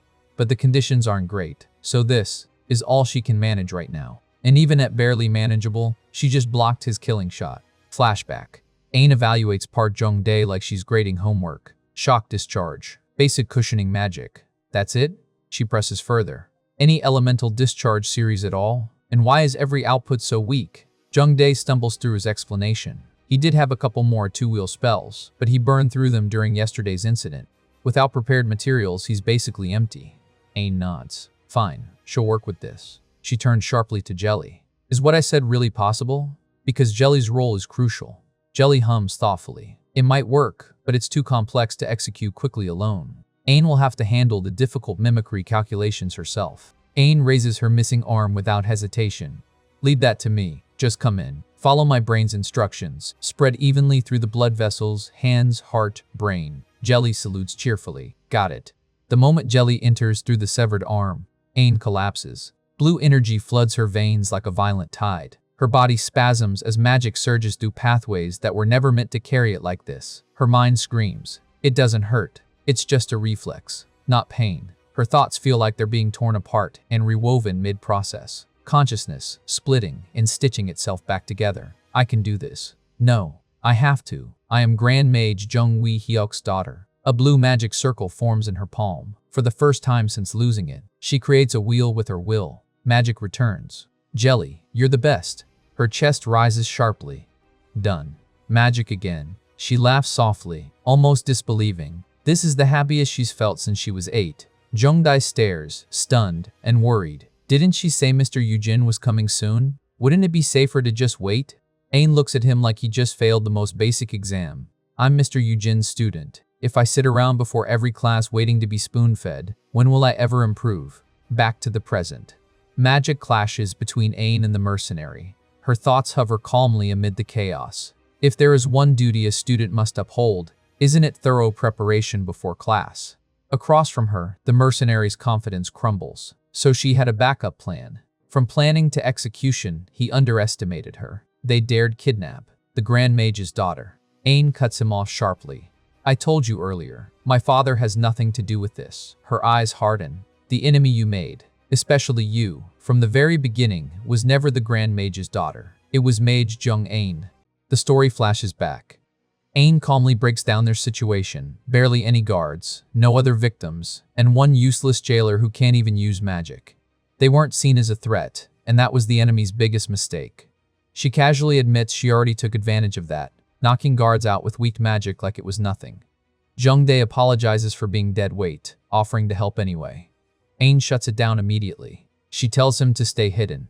With his condition, stepping into this fight would only make things worse. Even she, fighting with one arm, is in a better position than him. Back in the present, Jung-dae watches from the shadows, relieved, but also painfully aware. Even if he were perfectly fine, that level of combat happening in front of him, yeah, he wouldn't survive it. The mercenary keeps his distance, mind racing as he analyzes Ain. She's using magic again, but it's clearly weaker than before. Her barriers are thin, barely managing to deflect instead of fully block. On paper, she shouldn't be able to keep up. Still, getting close to her is a bad idea. He decides it. Create distance. Control the fight. Too late. Ain is already moving. Like she heard every single thought in his head, she blitzes forward, her hand wrapped in blue energy, aiming straight for his face. He barely leans back in time, scrambling to bring up his magic.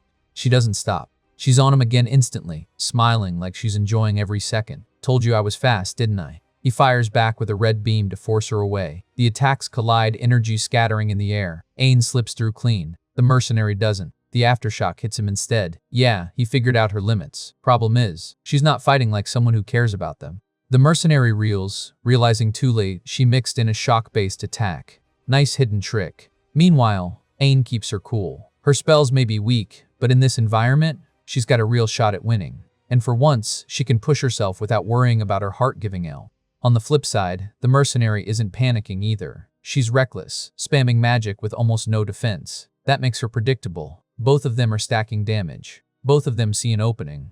Ain decides, gets close, lands one clean hit, ends it. And then, her support system taps out. Jelly suddenly complains mid-fight, dizzy and nauseous from keeping up with her insane movements. Ain's brain short-circuits. What? Now is not the time for motion sickness. Ain doesn't slow down. She charges again, practically yelling motivational speeches at Jelly like a coach in a finals match. Swallow it, endure it, you're the best, just hold on a little longer. She's forcing this to end now, but mid-charge, her instincts scream. The mercenary is preparing something bigger. 2 magic circles. Oh, you son of a... Boom. She barely throws up a barrier in time, the impact tearing through her defense. He follows up instantly, turning the pressure into a physical attack. She blocks, but the force sends her flying back. Ain tries to stand.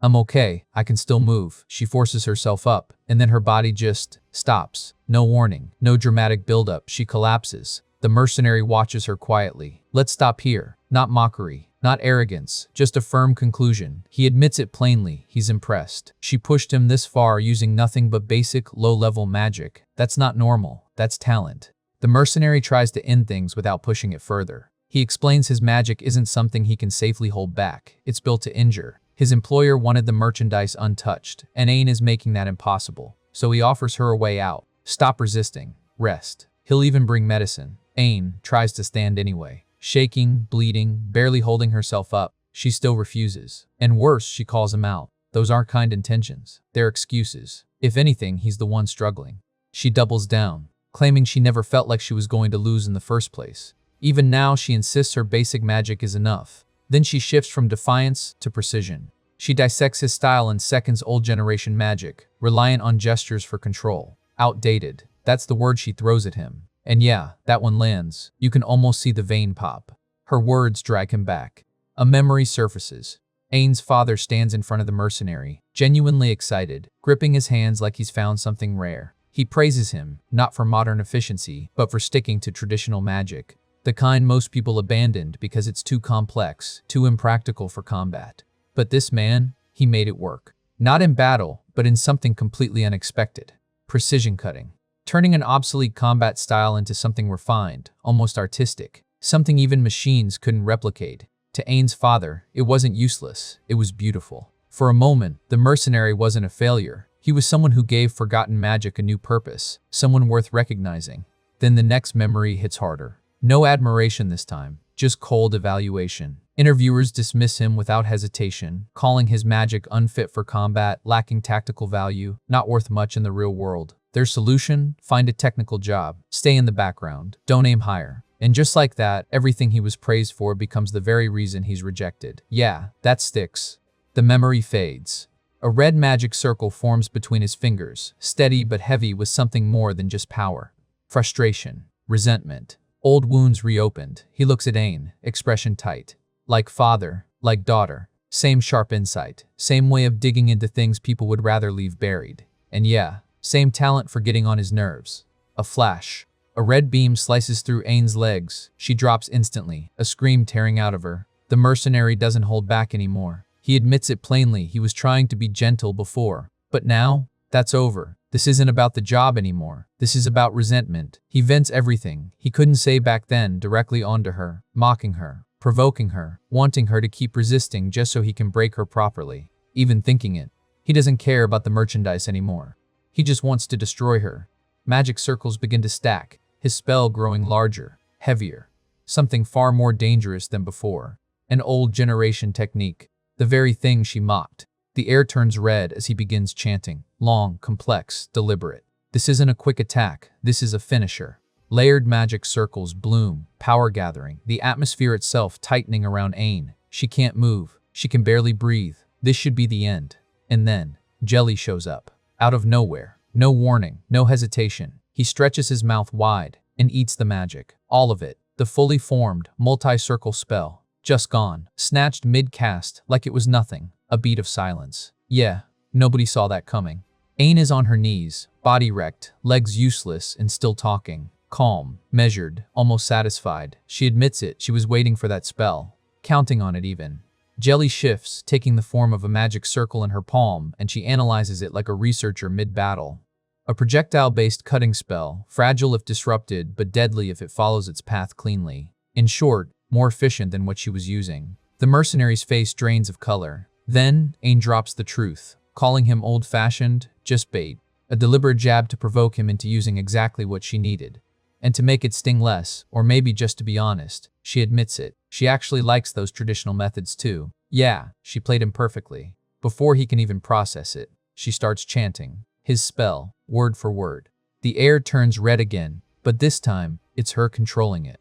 3 magic circles hover in her palm. Even now, missing a hand, barely standing, she adjusts it on the fly, simplifying the structure like it's no big deal. She casually names it on the spot. Light cutting. No ceremony, no hesitation. Then, the spell drops, like a single ripple in still water. For a split second, nothing happens. And then the entire building trembles. 3 razor-thin red beams tear through everything. Walls, space, structure itself. Clean, precise, unstoppable. Cut to the boss screaming from pain, his body is frozen, and a clean slice takes part of his backside. He screams in absolute disbelief. My ass got sliced off? Yeah, not exactly a dignified moment. Elsewhere, Eugene with his head cuts into 2 parts casually reattaches his own sliced head like it's a minor inconvenience, calmly observing the attack's trajectory. Back to Ain, still kneeling, still analyzing.